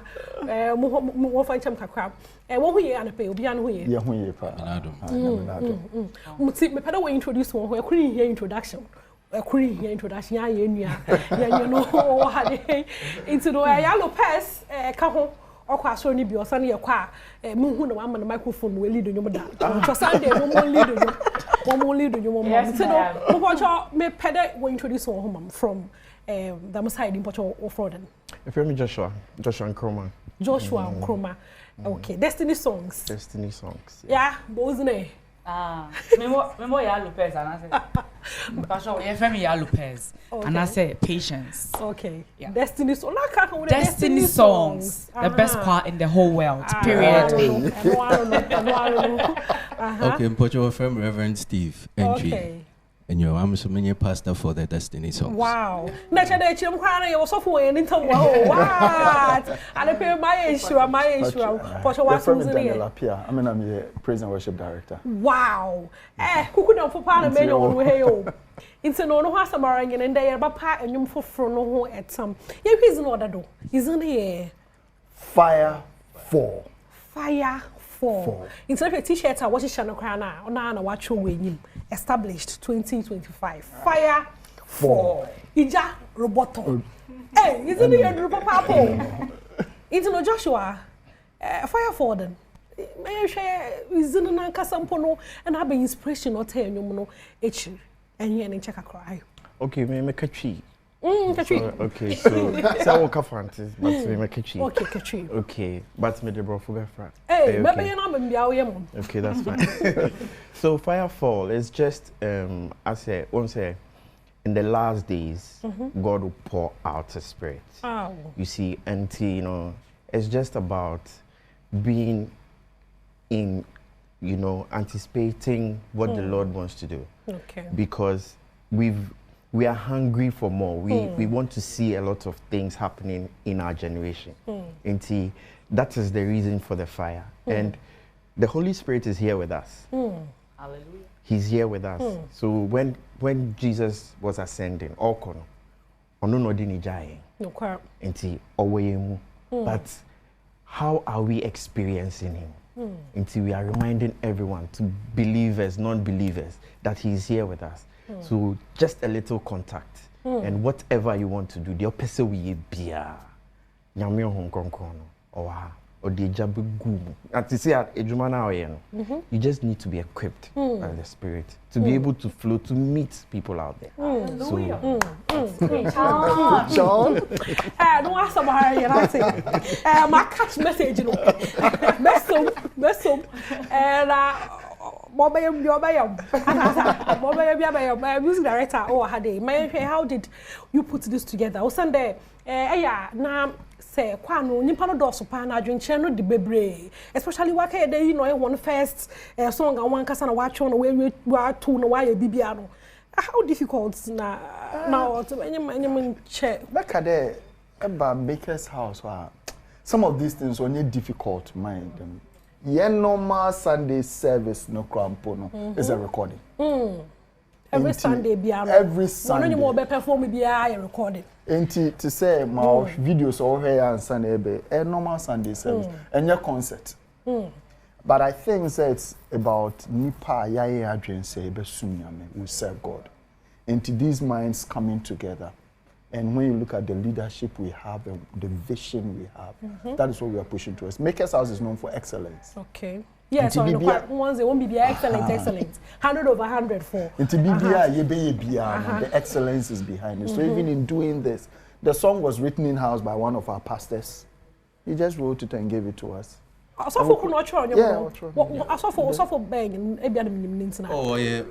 of your young pastors. Wow. And they are beautiful songs. So they just come, we put them together. So we've actually been using it for praise and worship in the church. Hey. Nothing was you. No, there's your who be so papa. Bepe there. You make it in you suffer back as a suffer.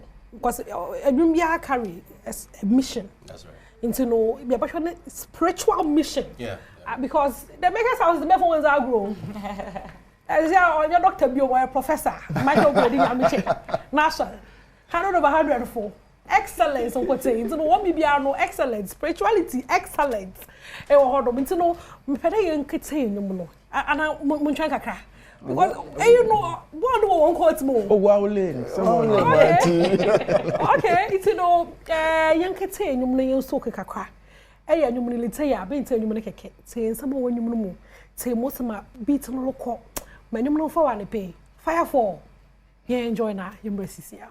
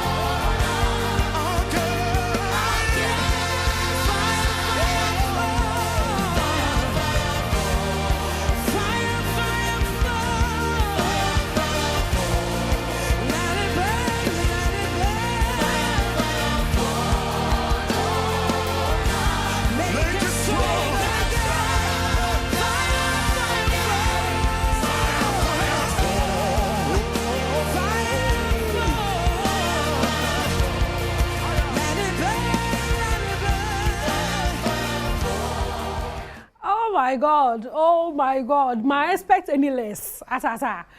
Destiny Songs, the Maker's House Chapel for one new one crash, she. What you mean? You mean what one? I saw them one of my here they are late. Here they are late, but what do you hear? We're there or so there. You so you tap into the fire fall into no what you hear it or who tam and there wo bedroom ahun sepedo na who na for Grace e wo honom the mara na Frederick or for remain sound so we're serious. I'm a papa na kasa no. Eh, mushon na no pan service no. O lead worship serious. Nti no den ti na dem ko fe bi ni na uzi enyum na enyim. Efe Grace now onye Frederick. Say enyum de eba you wait, you prepare. Now I share who best fits to bring out the song. And I think it was after much deliberation, it fell on Frederick and you never come up, Papa. If a grace or no, if you are doing to know, you may come up, Papa, fire for ma, also young Cassa, Manson Cassa. Spiritual. Oh, the First Kings, chapter 18. Odu maybe na Elijah, na God of Badwam. What no way a competition. Competition in the sense that on Kofanos one part over some yami beam. It's a pedio when you pacro yen yami. Elijah catch you one day. Yes, set up sacrifice. If our friend bear 450 of the prophets of Baal. Yeah. Also, when you na opede, what call it fire from one yami awesome, one fair fire. More on Fabibia and Soja. Na yen sheni pakro betuma mani nyame. Wa me jaba beshi sacrifice. Yes. And that was a challenge that they were throwing to show who God is. Nti okrofo no wonya wo ye wo frɛ wo sifita no pa kosi ewrabe wo frɛ wo nyame am de wa da so wa de no wo frɛ na bia wa nyame na nse odu Elijah ne do say ameme de no won fa nsukure ngudo opero mo hu there this is going beyond the natural. Okay. To us won hwie nsungu me de no do to wo hwie nsugu dra ana Elijah ka de munya me monkrofo hu there awo nyame. And he called fire. And then fire came to burn the sacrifice. Wow. And one who there, Elijah and Yameno. Oh, Yameno. Share, not sure that you mean Yankasano. Or ye time I want you to pay Yamis and Yinism Puno. Time now, in your money, my Zaman. Not a penny Yamibo show off. Never fire fall. Hey, what situation is today? Fire fall. Yeah? Kabibi. My young share. And you mean what's most of our children, you naturally know small song. Until no other time, also the say firefall. Mecha, I should for you now. Fancy door, firefall, dear. A very spiritual, as also for kind, say, opesa uniame a quapam. And I saw opesa uniame a showy up in whatever situation it is. I was so bonum. I said, and boss, you have to soak it. Lyrics, no. I was so see, not speak it to you. So you want to understand where the song is coming from, where it's going to, and where it can take you to. And see, I was so making sure how much be out there, how much be out sorry, but fire now, upia fireworks. I promise you. And you know, oyophobia, another. And Christopher Kunobia because Obia here Oja. Until you Obia, once you want something to happen in your life, play the song and soak into it. Well, it gets to time that you need a divine intervention. Yes. Odu baby, I in the Romans there. Sometimes when you don't even know what to pray for, the Spirit intervenes with groans that words cannot express. Odu baby, I bomb pain, I left and right, God, let your fire fire. And when the fire of God falls down, any situation will succumb to it. Yeah. It's no, you know, and you know, your pie, your benya, send on a yap on them. Tiabon, where's the shadow way, Jim? Yeah, you Jim. To be at me, but for now you can have it on Spotify. Okay. So gradually it will just be on all audio streaming platforms. Okay. If you create a natural, you have to wait a video. Yes. Into no video also or out another out later. Video next week we are still working on it. By next week Wednesday we'll have a premiere, a bigger one. Okay. It's you know where did the head easy or that one more a cappella now was about. A cappella I may opening prayer now. Also who they the head fire is about to fall. Why are no more for when you the man who's a pedo. Meeting the head there or some Mr. Commissioner and a free hammer. Some I'm going to cry and buy a loose. It's a yellow pants. Hey, I was fire, fall. Yes, you have to know. Fire, fall. Fire, fall on us. Okay. Make us strong again. What when you tell mom? Fire, fall on us. Make us strong again. Chorus again. Into no yes, I'm fan of. Then the second part. Fire, fall. Fire, fall. Fire, fall on us again. Not 1 year. Why something? Oh, I said, what I have a capella libio mate. Was it a museum? Into no, oh my fire, fall. Fire, fall. Fire, fall on us. Make us strong again. Fire, fall. Fire, fall. Fire, fall on us again. Massa. Destiny songs. My joy. It's no has Samara new song or cry. Baby, on ma. What pedo over share and can't want Samana. Also. Oh, I am Pedemi encouraged there. Whatever situation you are in, this is one of the songs that we have brought out for you. That at any time, just play it and leave the rest to God. And when the fire falls, all will know that you serve the living God. Amen. Joshua, can we be answered?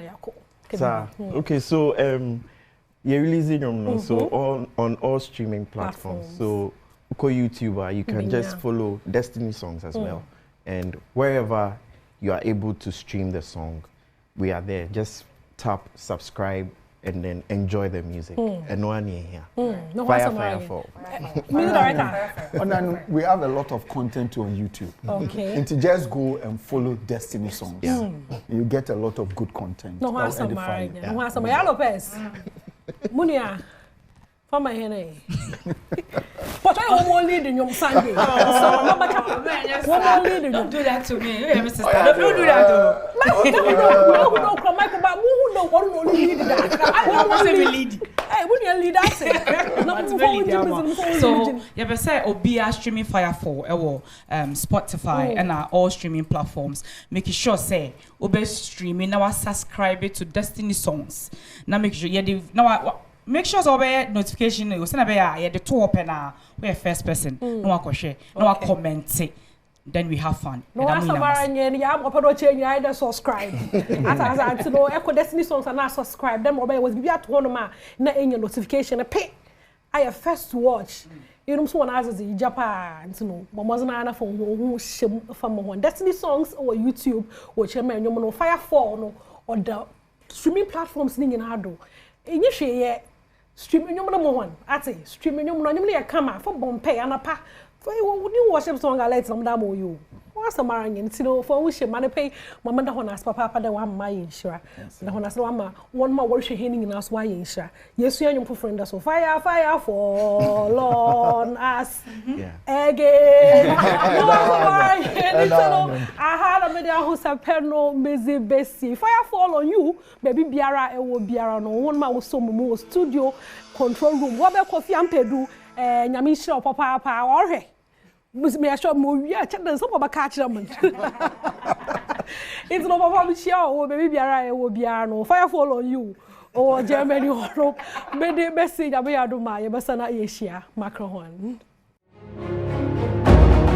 Yama obia achi Emma obibia kwaba efamra bedwam dwumade so live on Adom TV. Bedwam on Adom TV Monday to Friday 5:30 pepepe near the nyom age tata sa kopinse no number papa sma aduanan enum no mo pa onsma aduanan enumu ana apostle doctor ni tego eso di nkrahye abre kopem se no mo pa onsma aduanum efiri okosi se no se wa pa onsma enum na afia makwa tabaklo ede bedwem kase enso abro ye wie ya pe na Eric Esiedu ede agudie mu nsem aba eno si ya na de bokata mu nsem online stories ya aba enso atas dey be 4 lines atum na so etimi a kire wadwen asa no pana 6:55 health tips eti this week komo edi ewie erectile dysfunction mema sebi abo da bridge mema sebi o mema yosem enkoye wompem na otwi komo afia mankwa ne a doctor fo edi ho enkomo eno no ya na no so bo pepepe na afi yɛde wasidwam ne atɔn ne mapapa ɛde ama no so wapa nsema adwiasa kɔ na adwia na so a ne yɛde ahosɛpa dwumadi abro free sabre kɔ prim sɛ no kro wapa nsema adwenu enum 925 ɛyɛ mpensempensemu ɛbrɛ ɛkɔmɔ ya abɔ apeso ɛne ne abadwafoɔ ɛba bɛde beni de akwasi nsɛna de da fɔm bɔkɔ isa sɛ arewom na ɔman Ghana nyinaa ɛwɔ ne nyinaa sɛ no ya ante asɛm de ɛne sɛ Ghana ba penny former first lady Her Excellency Nana Konadu Ajman Rollins, Ghana's longest serving First Lady. Yo, my Ghana, Enyano. Enra enoboade etoresa ede efren at age 76. Sadaka mabusuye nyina yako. Anope amno ka say yebebodi awura abusua afie ewo enkran menua prince osu ayekra yebekọ ne na kwakodi enkomo na enu abra asem na ebaire His Excellency John Dramani Mahama after say Government Communication Minister and spokesperson to the President Felix Kwashiorkor so de krata pia bontin James Ampa abampanifo ensaka amane bi say enkade Ghana ba pani ada ne benkom so His Excellency so na no etu abra no ba besuwe in High Court judges entias ma mampani John Dramani Mahama de tudwa ewo Nana Konadu Ajman Rollins ni wono. I received a delegation of the children of our late mother Nana Konadu Ajman Rollins to inform me about her untimely and unfortunate passing. I'll ask that we rise and pay a moment's silence to her memory.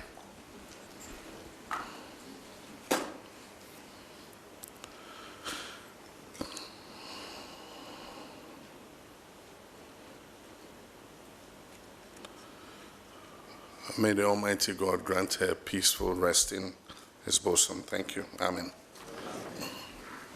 Eti, a moment of silence here for observing the former First Lady, Her Excellency Nana Konadu Ajman Rollins. And a fiam ko abusua fie na yamane bone Prince Owusu ewo honum na yenkotie sene honum anopeya eti ewonom esim eti Prince Owusu wa ye krado a twamfoni efa ekire ye say ena Her Excellency Nana Konadu Ajman Rollins ni fie eni abusua fie eti enanope.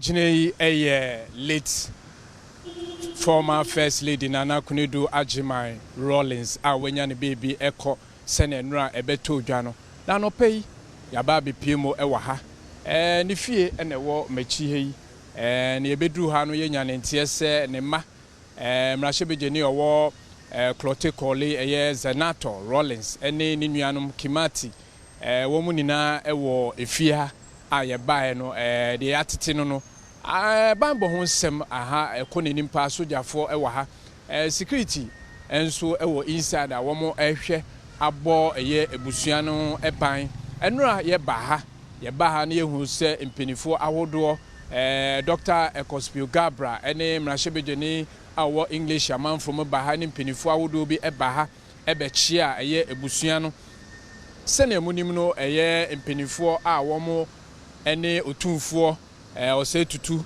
ewo asantimantem enso eba ha ne nsentwofo bedi nkomo e de tudwa se nsɛm ahodo bi a ebepiem efiri ɛyɛ ne wuo ne ho no ebusua de benam omampani John Dramani Mahama so de atudwa de efiri ɛyɛ presidency ye ba ha ye hu sɛ maame baako ɛwɔ ha no petututu waba betena ɛyɛ gate yenim na de na wodi nim ɛyɛ late former first lady Nana Kunedu Ajima Rollins unim ni sɛ Bema na medas MC 207 ye frame se wa MC eno na obi adi nim wo Ghana na mama de me kase me kan de beche 207 na me di hia maame no me na the late Uncle Ben ona o NDC penny Wotema East ena ye di behu mama me ye nwom ma NDC ti be mama me no ebe pe masem me ne wo kase yakora fiye mu mpo ye ni hia e wo Lancaster Hotel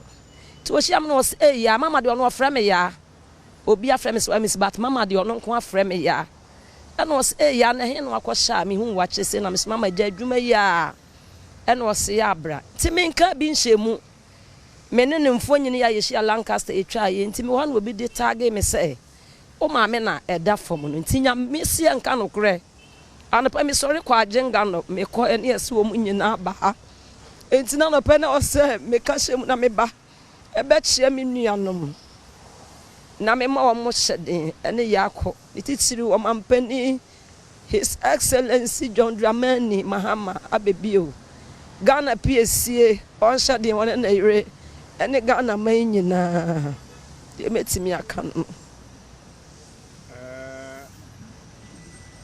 ye gina ha ya ye hu se abambofo asojafo ni bi epi aba ye wall ne ho ene bambo ho nsem ye gidi pass ebekoso because eno e wa ha ene hu se aposifo e de ehyen aba ha ma wo mo ewrem nam se ewuo no aba ni ntino bambo ho nsem ya de a wo mo epeje mu pa security ho nsem ebeko nenim na bebi a ye gina so no e security zone ha no enye baby keke se wo ba na ne na ma security zone mo amokaya efie gina ha yi omampani a wonya ne baby called Jerry John Rollins ono ane hu kani a ono nsusu no enra aba betodwa se wono nso enya ne baby eko 31st December women's wono na na di enim wo hwe maami abra na ote ase ne modern board bo ama de na abeka fa eno kwasem ni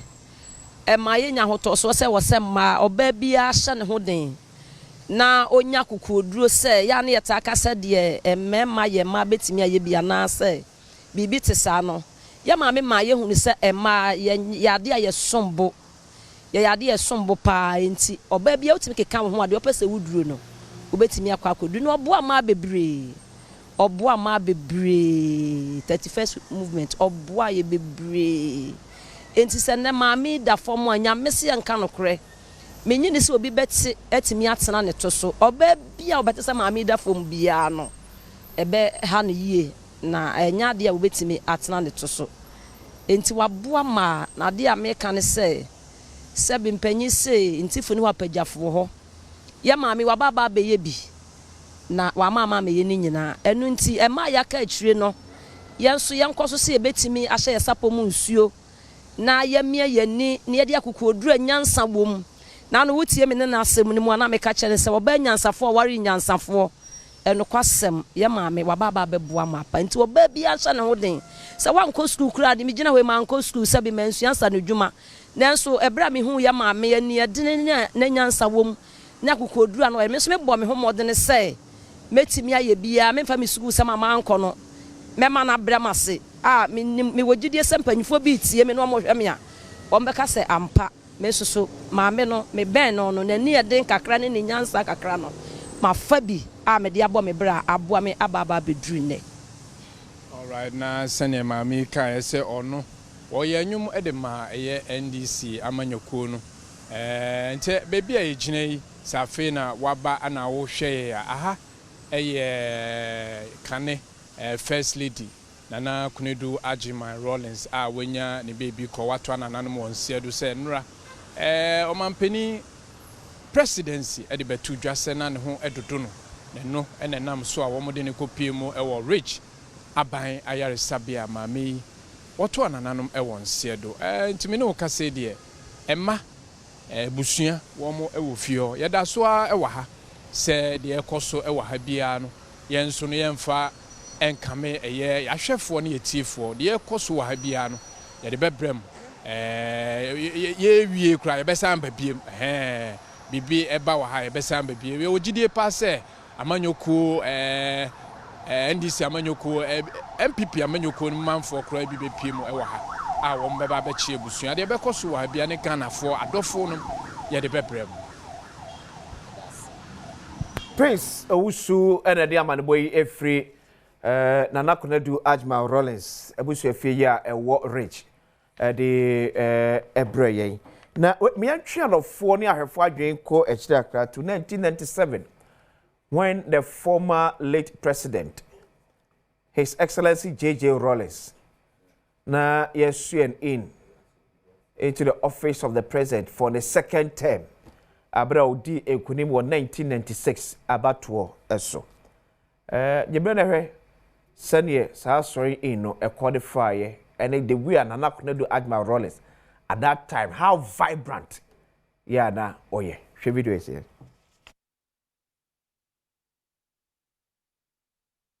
Eti Mao 1997 abra yesai the late former president J.J. Rollins in as president of the republic. Sabrina odi enkunim ewo 1992 abato so amwa 7 the first time awie ama 96 abato so course odi emu enkunim so 7 January 1997 and he sworn in as president elect again for the second term ya no kwana o mabiem. Here's a video in Kakayo. Members of the opposition, you have Dr. Edward Mahama of the PNC flag bearer, and his wife are also here. And we can see the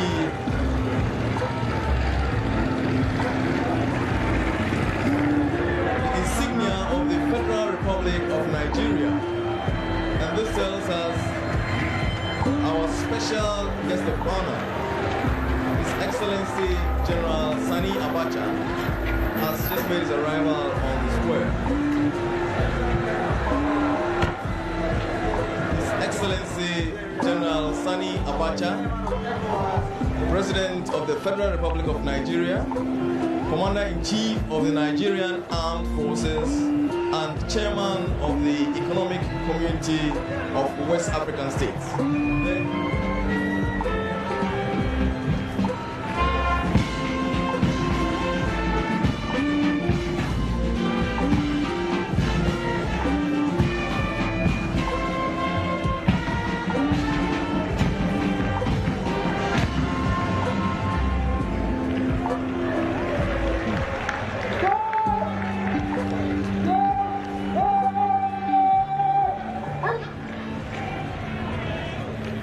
Special guest of honor, His Excellency General Sani Abacha, is escorted to his place on the podium. You can see the president-elect,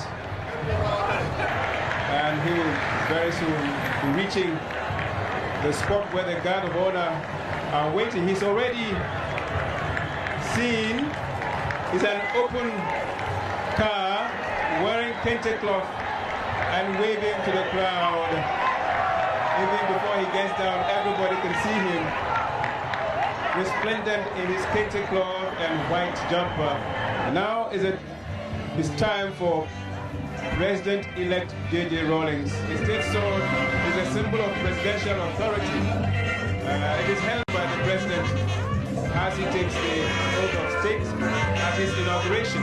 And it will be borne before him when he comes to the National Assembly for the state opening of Parliament.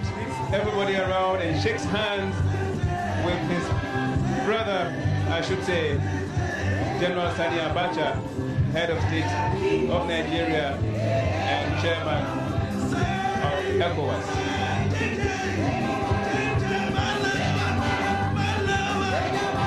And there you can see everybody joining is the song that is being sung at this stage.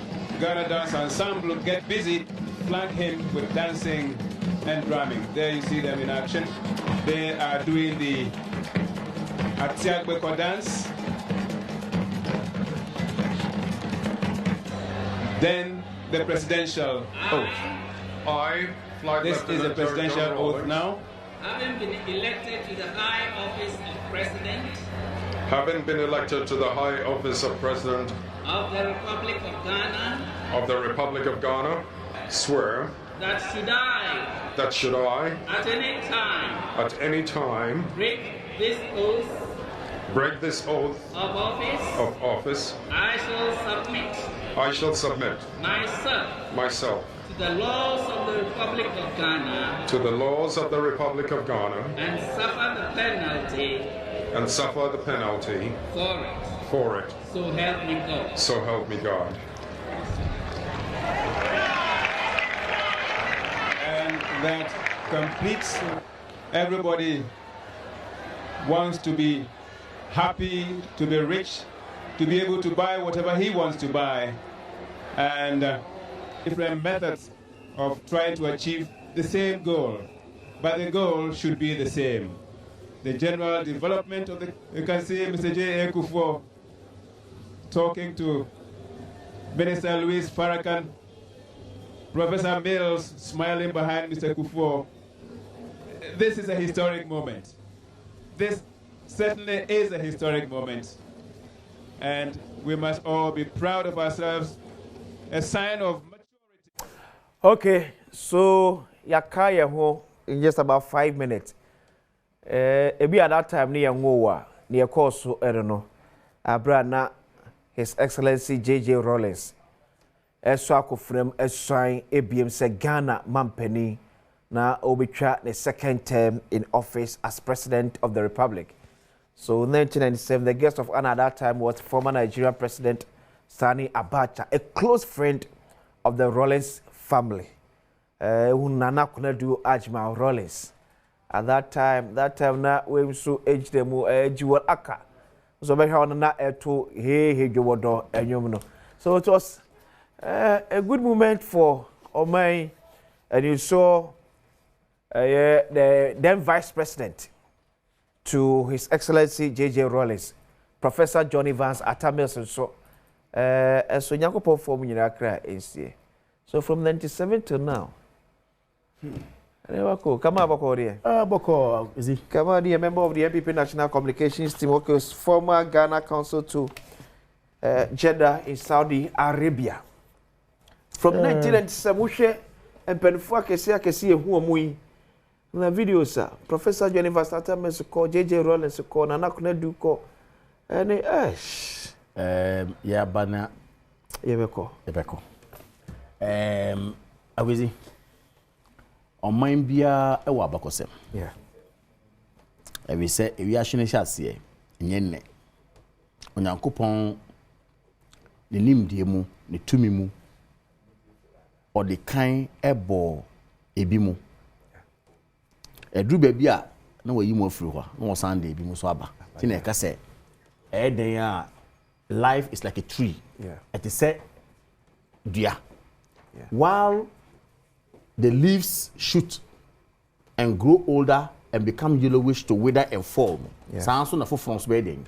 A shoot out. And the older ones will become the history. Now, I was said, ye abakosem no ana ye history biano. Ye history a krabahe. Esan say ye nam history so to learn what happened against what is going to happen no. Na it may correct you, it may be enim kakra. And we did Ghana ashre nipa kesi pa. Ghana adiato yini. Na being the longest serving former first lady of this country, both in military and the military regime, to civilian regime, and yet a small feat that she actually chalked. She did a good job. She did whatever. Yeah. And the NDC is what it is because of Omo. One Nikunu. Gerald Rawlings, former. May he rest in peace. NDC, whether they like it or not, they cannot write their history without these two people. MPP, you trace a history up to. If you see UP, if you see even beyond UP, Ghana Congress Party, PP, Progress Party, we have so much history because we have gone through the mail of civilian rules. But they trace their history immediately to the Rawlings. AFRC 1979, running to 1982, 31st December. And at 31st December 1982, is it 81? Is it? No, I think 31st December 1981. And then the call 1982. That was running to that from 79, no, AFRC. And no hand over ma Liman. I feel Liman no ba 31st December 1981 or so. And a buy. And that PNDC. That was PNDC. What kind history na obviously, but ya kind history no. HSA. A come cry ebedi Ghana. Okay. Under the regime. 82, 83.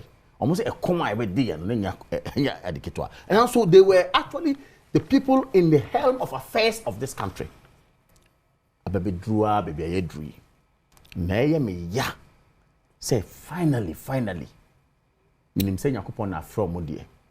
Now so answer Yakupon from no. Abeko sema amafe nyina no the positives and whatever they have done to the extent say they have established their name craved in your friend say iron or stone to establish a legacy which is the National Democratic Congress. Now so Nipa we didn't appreciate it. Even their own NDC people didn't appreciate what they did. At a point 2012 they made her useless. Yes, games and funka. They can say on your hey now so ordinance and a draw design a design logo ma any PSA if I'm wrong you tell me. It took Nana Konadu to design their own logo for the NDC or design a could do baby I say on same fata party no cra ono kuno edu baby I saw a backing dog na tell me backing dog no e kra man say bia opo. This is NDC for you. Me say Nipa appreciates nothing. Adentinene her daughter 3-time member of parliament, experienced physician, doctor. Enam say boneyenti, enam say Nipa eninkayenti. First time MPs have been considered in their government, but because of Sebi or time any ye appreciate the NT bonayenti no. The former president is not even considered as the root of the party. The wife is not considered as the root of the party. Their daughter is sitting somewhere.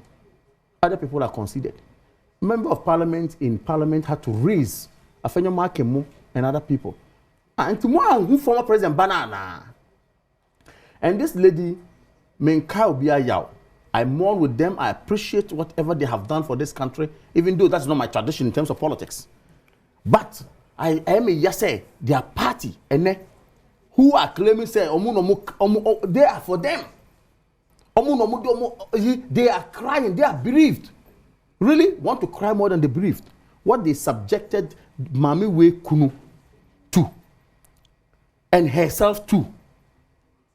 In Sunya, in the infamous Congress, they were shipping people with horses for supporting her. Alice move vote to man, come on vote to man. I'm a watcher, one no I cry watching in a cosy go be almost be declaring in a journey or month watching. Under them. By media, I feel today the NDC is going to say they have funeral, they have whatever. Look, you now be pour out the tributes. But in pouring the tributes out, albeit fake and real. Okay. Bernard, an MPSC, a member of the NDC National Communications Team. Perfect. Oh, yes. Bemboko there. Adom. Abemboko. Yankupado. Yeah, Yankupo. I see.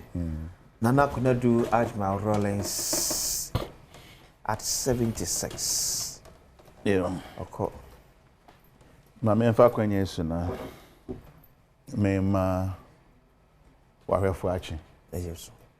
na me magana nyina yako titru ne NDC party the face so ne immediate family member ne ebusu nyina na ebe kan se sebe se nintia mpanfo kan se obi fimu a won kan echi asembo ne no asembo ne won fa nyawo wonsua nti ye kan e papa no na manfo ahwemu asua bi papa e de afi me kan interest se na kuna do Adom Rawlings en aye maame no wo bi boni bi a metimi agyina aka na mum na me kan se Ghana ahwera de kese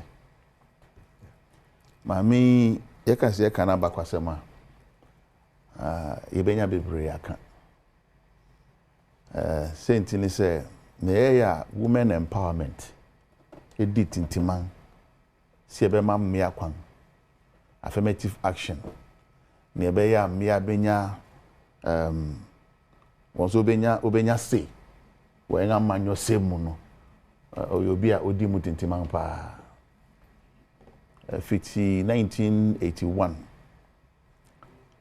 President Rawlings abetra oman yakonwa so odi ma bepem 2001 nana kuna du adwuma o yema Ghana no ene hu sunsanso bebre wo ho ono na o found 31st December Women Movement yeah.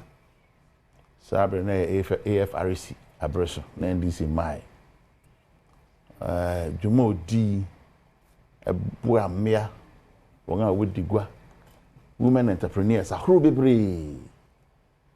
ni ayede beka won titiru pa ye se mmea kogwa kwan obefa so akora wo ma yeah ntikofa daycare centers ahoro bebre ebai se na be ya obenya ba bi do be jaw na nko ba sa de be cho so me ba ira na obi ba be hwehwe o weni be ba on so retired no bi afa obako sa na mani nyina ebe ba fom NDC yenga ba kwase mu no yeka won a wode won sa share krata ase etew NDC party ko register wo electoral commissioner okay na kuna do Adom Rawlings ne sa share ase okay nduna oye ma me prekope amanyo sem edu ba a contest of ideas. It doesn't mean that na woni nipa kono beko eti hey kama beka na de meka me de and just am talk oye ntem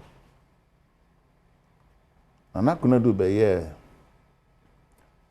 first vice chairman of NDC the Ghana for Bekaya somewhere 2011 yeah. I think 2010 2011 and sana oko contested Professor Mills owoni nyina so ntia osusu se sabre no mu no to ono na ne ma nko yi se na bia na nije hu nti ono ankasa be so mantle no yeah na wabeye flag bearer of NDC that was prior to 2012 election okay 2011 no and as a contest na course na me wo hobi sunyane niema ye nuano MPP fo kan fa ho ne ade nyina me hu bi NPC, you so kind of crap out. I know he's just very true. He's one of the noble guys in NDC, one of the best. Who's ever buy me Bisawa? So I hold him high esteem. I don't even know propaganda. Where we are now. That is the man in Mabubio. Yes, I own your casa nebinka. Because me was Sunyane. Some year we bema solidarity message for NPP. Yes. No, I think that was in Kumasi. Yeah. That was in Kumasi. Na ni aye nuanom bi enam nchen kan. Men hu ni sabi. Ampeni Nyankopon Adom ye course a contest ni wie no. Ma me susu se opeso obetew no. Na what ne political party. Amanyo sem de. Sa de nesi abribia. And also interest ne ne no wa asem. And obi ne netwemanso yeah that's why reverend no say oye ni petit room NDC to bo say MBB aye no say a national event a obehunu wo bi. Yeah. Apart from say party no ye MBB, but say BB a NDC apreso a national event a oba. Nia ya on say obenya ye nuanom bi ti say MPP fa. One say some fi won ne ye ho. Ena ya o. Sabri. Ye hia sanse mi kra. Ye kan nipa wo be di na Nakunadu Ajima Rawlings ani wo Ghana ha. Esen kan MPP member bi asiniti ase. I'm telling you. Every NPP member should bow. MPP abang. Politics. MPP abang. Okay. Nakunadu Ajima Rawlings. Twa wo twen abo so. What the court nsema what twen ne fa so to nchen a. Former President Rawlings anka say num. Ne narration. Asema koto was Switzerland. And no kwakwa ma me no operation. And I surgery out whatever they will call it. Juma wadi din to the extent say ka mpa e be fi embassy aba be hia won akopo. As a former first family. I'm telling you. Kwanga MPP for them am na fa so. Na mamba and momo be twa fa fa. Ntwa so. Ntwa so. Because here ni muguase. As former first lady, immediate pastor, then we have access to even Swiss embassy, Ghana embassy, or Switzerland.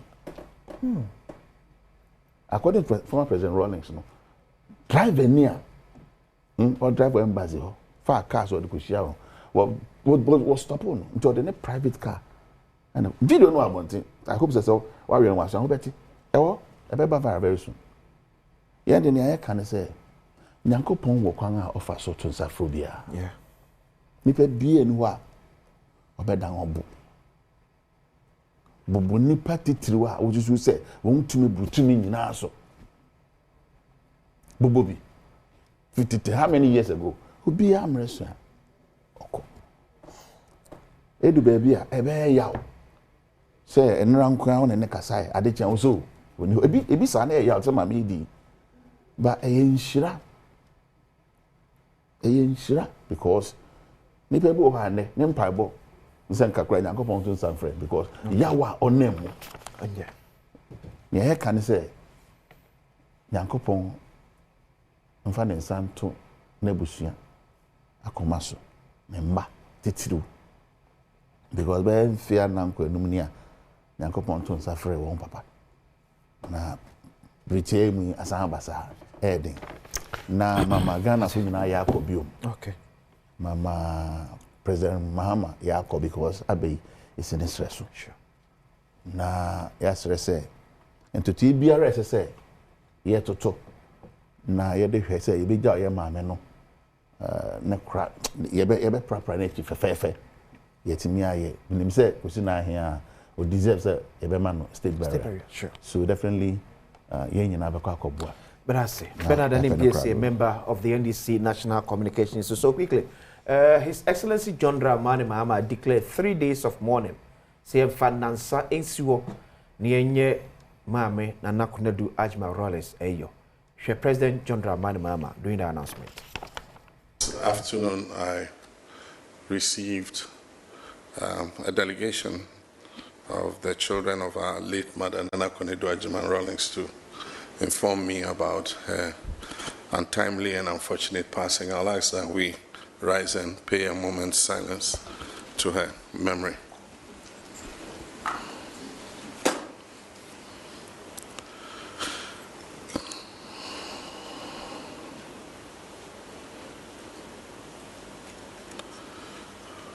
May the Almighty God grant her peaceful rest in His bosom. Thank you. Amen.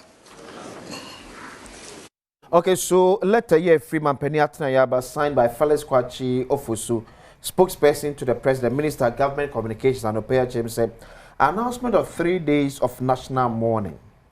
Following the passing of Her Excellency Nana Konadu Ajima Rawlings, former First Lady of the Republic of Ghana, President John Dramani Mahama has, on behalf of the government, declared 3 days of national mourning from today, Friday, 24th October 2025 to Sunday, 26 October 2025.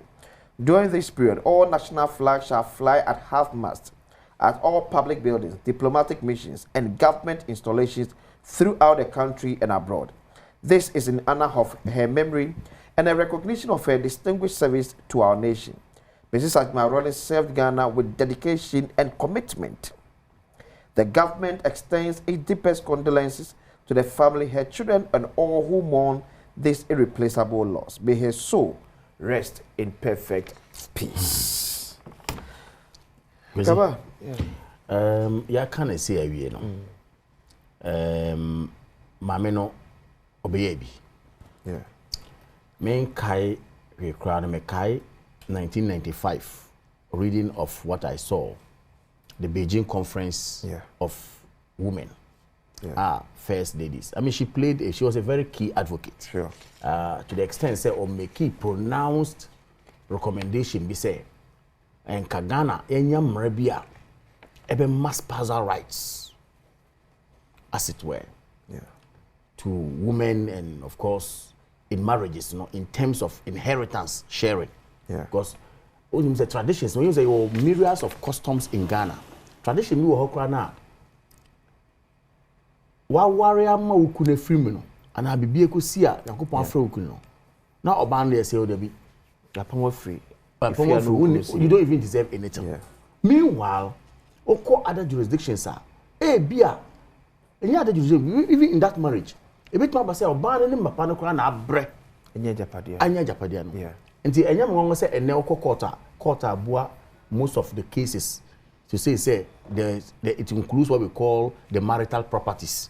Nana Kone do champion something like that to the extent that she wanted us to look at Article 22 of the Constitution of Ghana, where there could be a law out of it to say some of these things must be spelled out in a written law. Okay.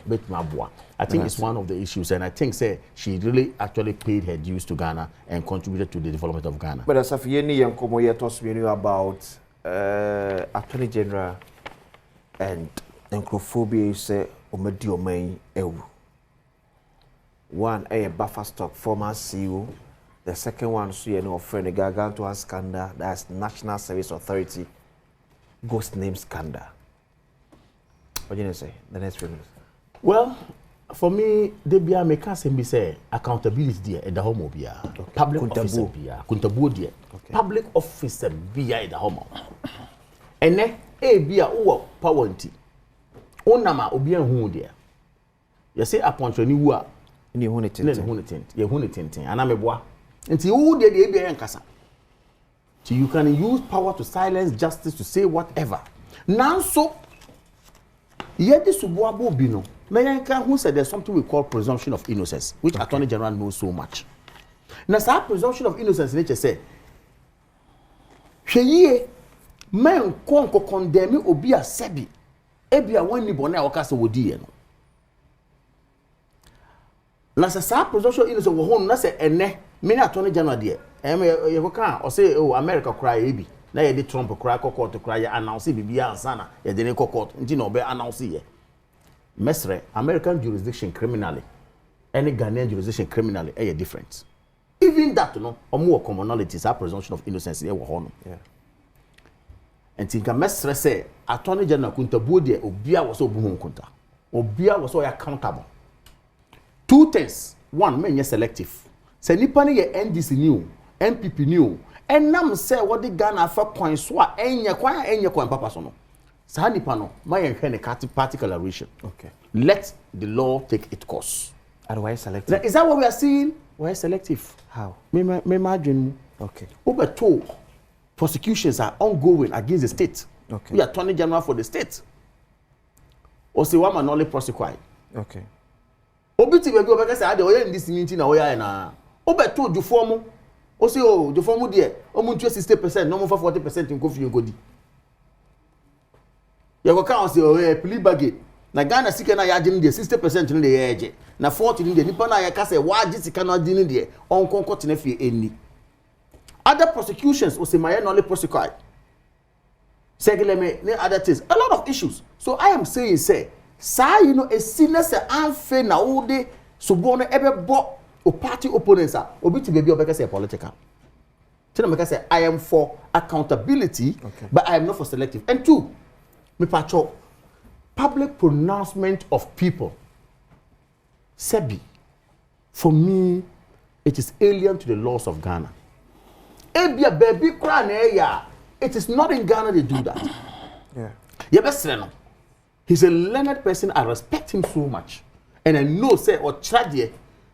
Me there, Sebi, me addition for. I feel I'm a student. I will appear before him one day. Ebi obeche my dear. Dr. Topare is one of our lecturers, a strong guy, a faculty. The dean of faculty. Any other things. Omunyina from the northern part of Ghana, or they make us proud. The likes of Raymond Atogoba and all that. Now, director of legal Ghana Law School. Omunyina, they've made the northern sector proud. Plus, Onoankasa, Attorney General, Dr. Ine. But I'm saying that in making sure, say, Emrana Eyejumano, don't do things, sir. Ebema Obi, a point accusing fingers are entry. Because what am I saying? Nipa no so wadi boni. Me de no court, fane court. Court and make a case for my court no ede e mo nipa no. Now bet na hanma, and no watch kura obo kura no watch dey say. And the bag you say, and then say you say, what be sell who say, watch now what toy and am pampa ni sika no toy na so be sika no toy na. Say we make another argument say. For example, the former CEO of Bafasto, Boston Bosumia Ketwe 28,000 Ghana cedis. Lifestyle audit. Ne yere edge 5,000 cedis as a housewife. Yes. Na ohese wetimi ato fie with chain homes. So those are the matters. $1.6 million. Very good. Na otimi tourist watch for 1.5 million Ghana cedis. With a salary of 28,000. Na me tie. See, that's what I'm saying, that who find cases, go to court. Let me tell you, Neil and Van der Poy, one of the platforms. Yeah. Or can be the story, meaning how true the story is. Or say Rollins time, you know. To be Kwachi also one of the people. Ebo watch, Rolex, Edico cabinet. Or Cotina cabinet. Now Rollins here in his son and say, now watch when they born. Neil and Van der Poy, okay. And now, Oka say a Rolex. Now Rollins say, what? Rolex. No, so the in-law and the chain. Okay. Now, Rollins, so only watching them, I know you watching Eddie Ma Rollins. Now, Rollins, you watching or the Tani Ma, and not to does the then chief of staff. Okay. Say, you watch Cotton, never scano, ever comma social welfare, if anything, Osu welfare home, children's home. Children's home. For because a public officer is not supposed to be seen with some of these things. If the story is true, okay, I am saying that Totobi Kwachi has given a source of the watch. Okay, maybe on your free. Perfect. So right now, no defense ben yate say obi allegations obi kuta watch. Yeah, 1.5. On the defense dey okay. And to don't sit in public and condemn the person. Okay. We say no offer no law in the chair no. Okay. Could it also be possible say watch na we obi in the chair na. So, no, I'm just giving. I'm giving. It's a serious point. So far, Bosumi akatua 28,000. Or you say fast Bosumi biya kran hanasi only di. On for the sick and be. Say that to me. A year obenya 336,000. Na say the crowd to 1.5 no kra e the free mo. Na say sika be ka ekire no. E ye be 1.1 million Ghana cedis. Very good. Me say we nyina no. It is good, say, we bring out or we say this. But if these are things that will build your case, okay, and that will help you establish the guilt of the person in court, NDC or Mutihi. Okay. I mean, for us to say, Ebia Omufria Bamuna Semeba. Say, Nipona de Bonia, put together your evidences. Fako court. Udim say, there is one of the biggest, my brother will agree with me, one of the strongest and difficult cases to prove in court, a criminal court cases. Yeah. Now, I tell you, I then a case no bogu, so I say anything did that. And then make us say, and I'm say there are a lot of technicalities in establishing criminal, you know, mind you not simple so.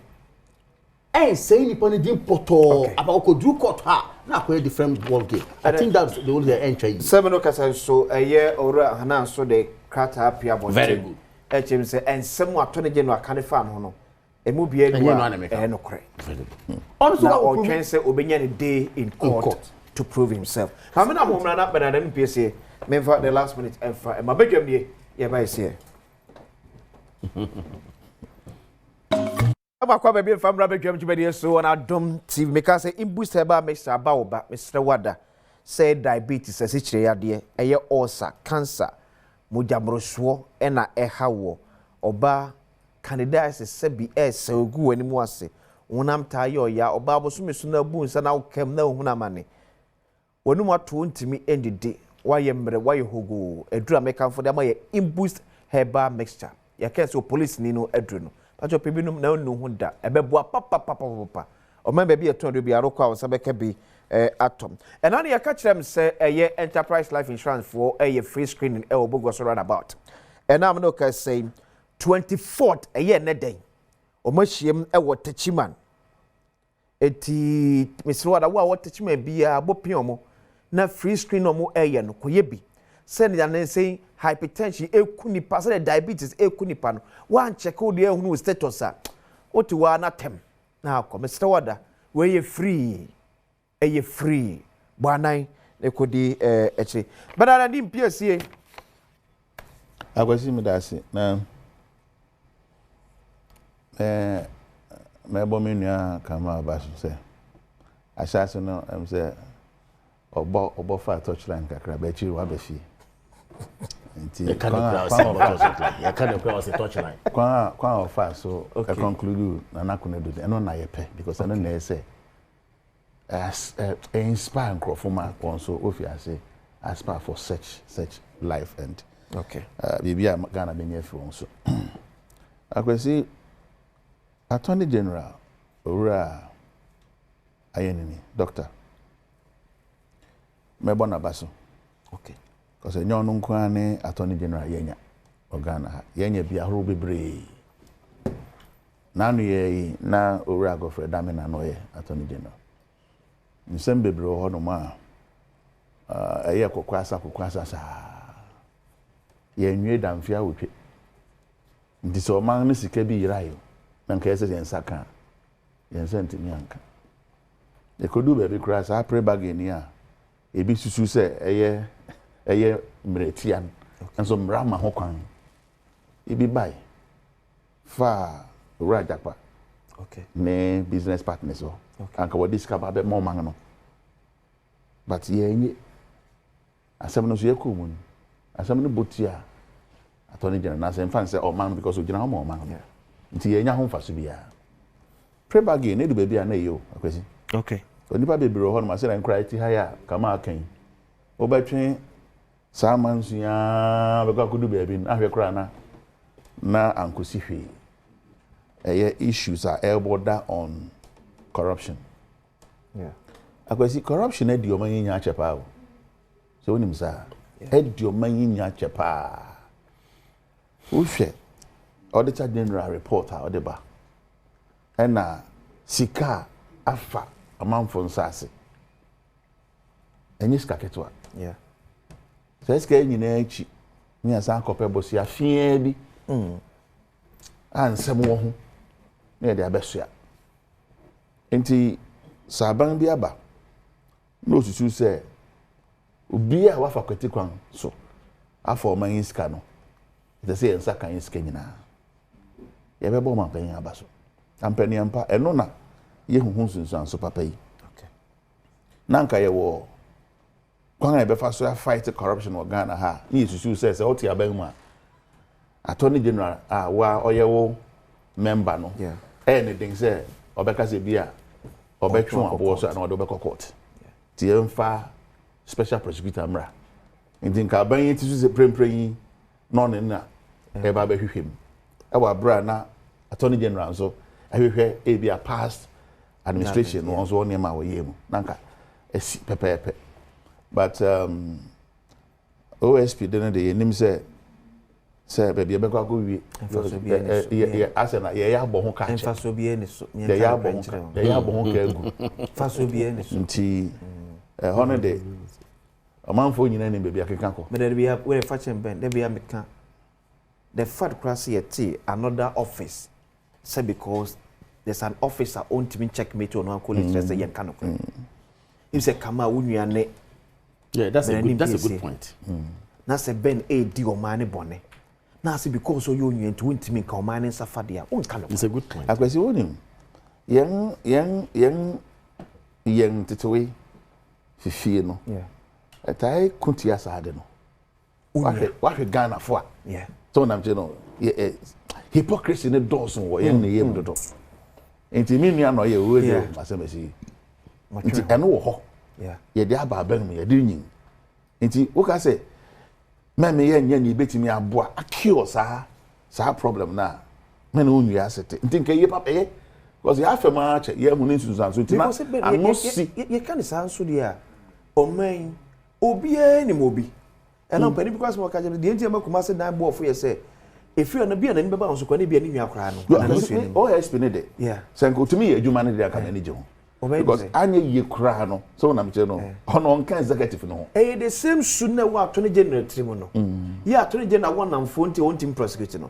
A BS sooner no OSP Timus and enough for one more on team prosecuting. I see, and no, well, all points on that. But I made the baby, I mean, only I sit and say. Sebi, you cannot do something all the time and expect different results. Yeah, try back now. Yeah. The other one, yeah.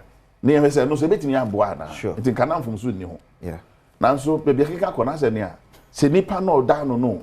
And our office. Sense office no net is how.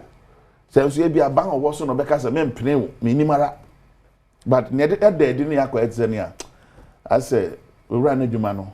Onyama na so me yem fancy office na adwuma no mo yem but so ure bi da no nti no ye dan a obi no da no obi baba be ye ni a che se na bi a ye te hu okay nti ense ye bit my ni okay akwasi ure ya ye kana asem ya o de krata babo nti se ni attorney general be kan enye no kware no onu ya ni jejire okay aye no kware o enye no kware o court dan ni si ho e be kire What's he has it? He will have his day in court. You see, and yan na asem no if you as you.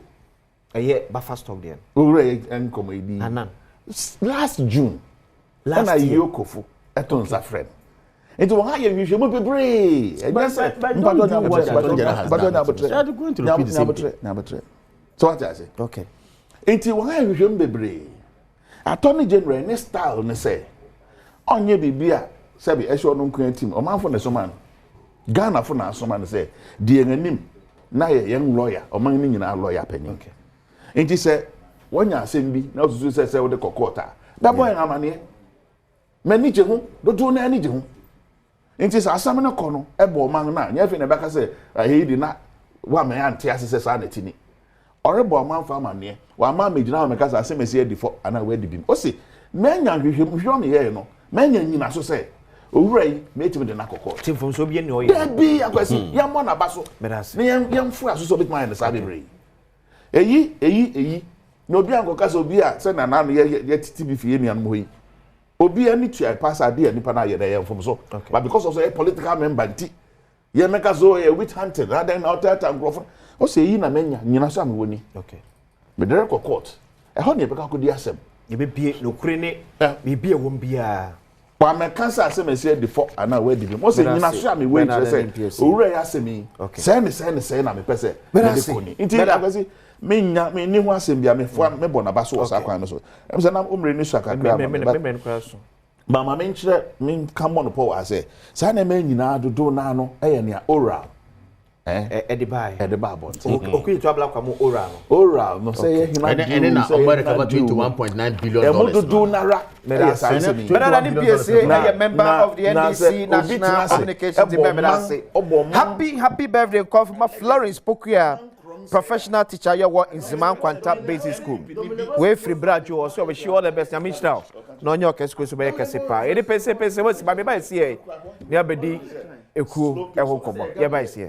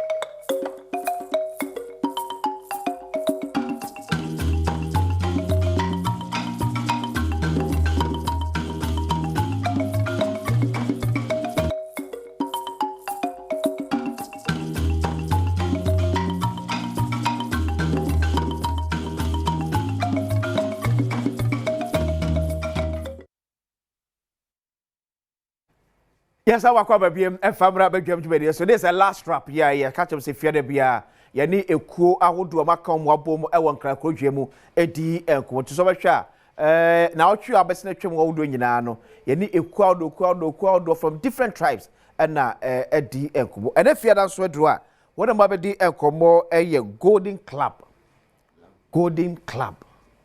oh wow yellow ko a albo afrafrantana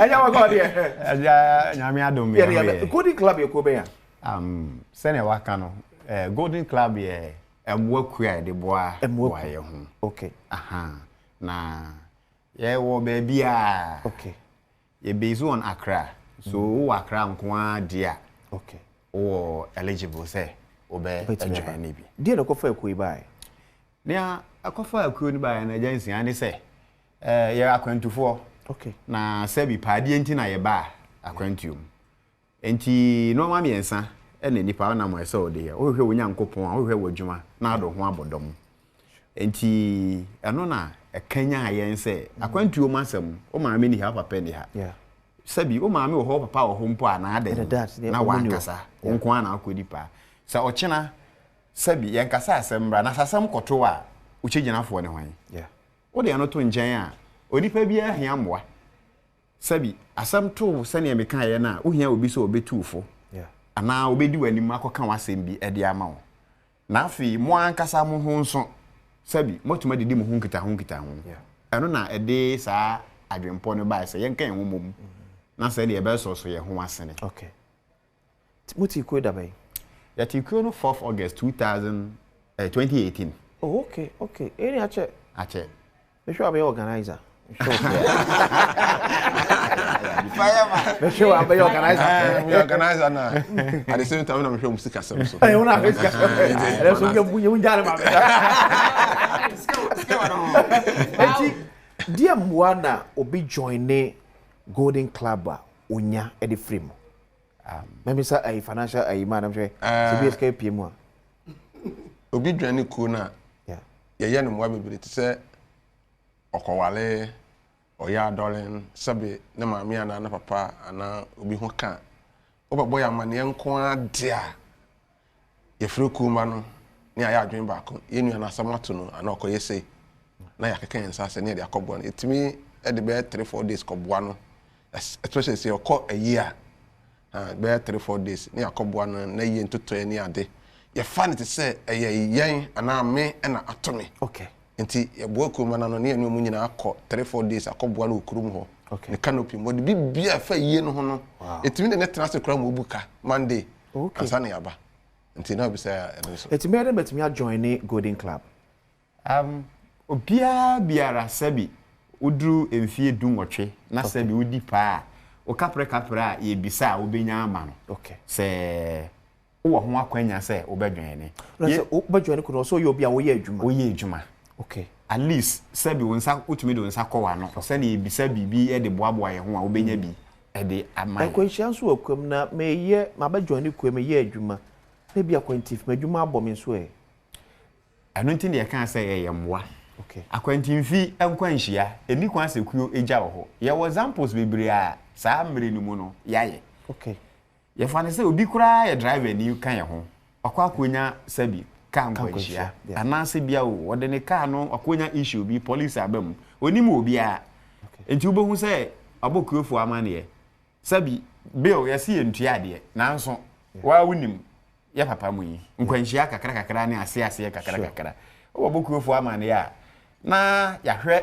ye mmaranum ne yahwe se agency na ye okamafo lawyer obetumadi animu a ne ye na kokasa wagina ho na waye tutu ye ne de aman ne yi na afirim na afi de aka no ekuo ahwe kwan be so so se me hia lawyer kra na ekontimi kabo mpelo ya de mama yes ese kuntimi ye bibia ma because of ekuo ni se o maame e no papa wa kwantuom okay minu ya na kasa no se program ba na se ye kwa etumi kudi 3 days 4 days okay am senken akwantuom de nke ekọ yi ya nke ekọ ya maachi wi ya ne asanya ba nanso nam se eka wa aka ye nti no ye se mre ya wada ne yetu ye no na ekọ ya obi bia okay sabi ye ba nso ya mfe nsa pan na eba ebi a unsuo One son out the bay way so far as we Equimbe de eti number bed make me a friend and person join here. Yeah, me patch us up as I will join here. Obey to my friend 0554 0554 18 13 44. Edini ya na ya kwache buafo. Me sabo number ni bi 0554 18 13 44. There may be study a chat to from finance officer and say, or say, me ye Kasakubi Munipa, Sa Santini, Egbeni, and Crani, Frafreni, and some met me a Johnny Kuriana. Me patcho David. I just saw the young pair trouble be out. Okay. Obia. You didn't answer only 80 years. Now you're Juma Kakra. Ah, so we to me talk at the end, the new being a Tobiano. Golden Club. Love and unity. Me did the opposite here. Now she say, he messaged here. Yeah, crap.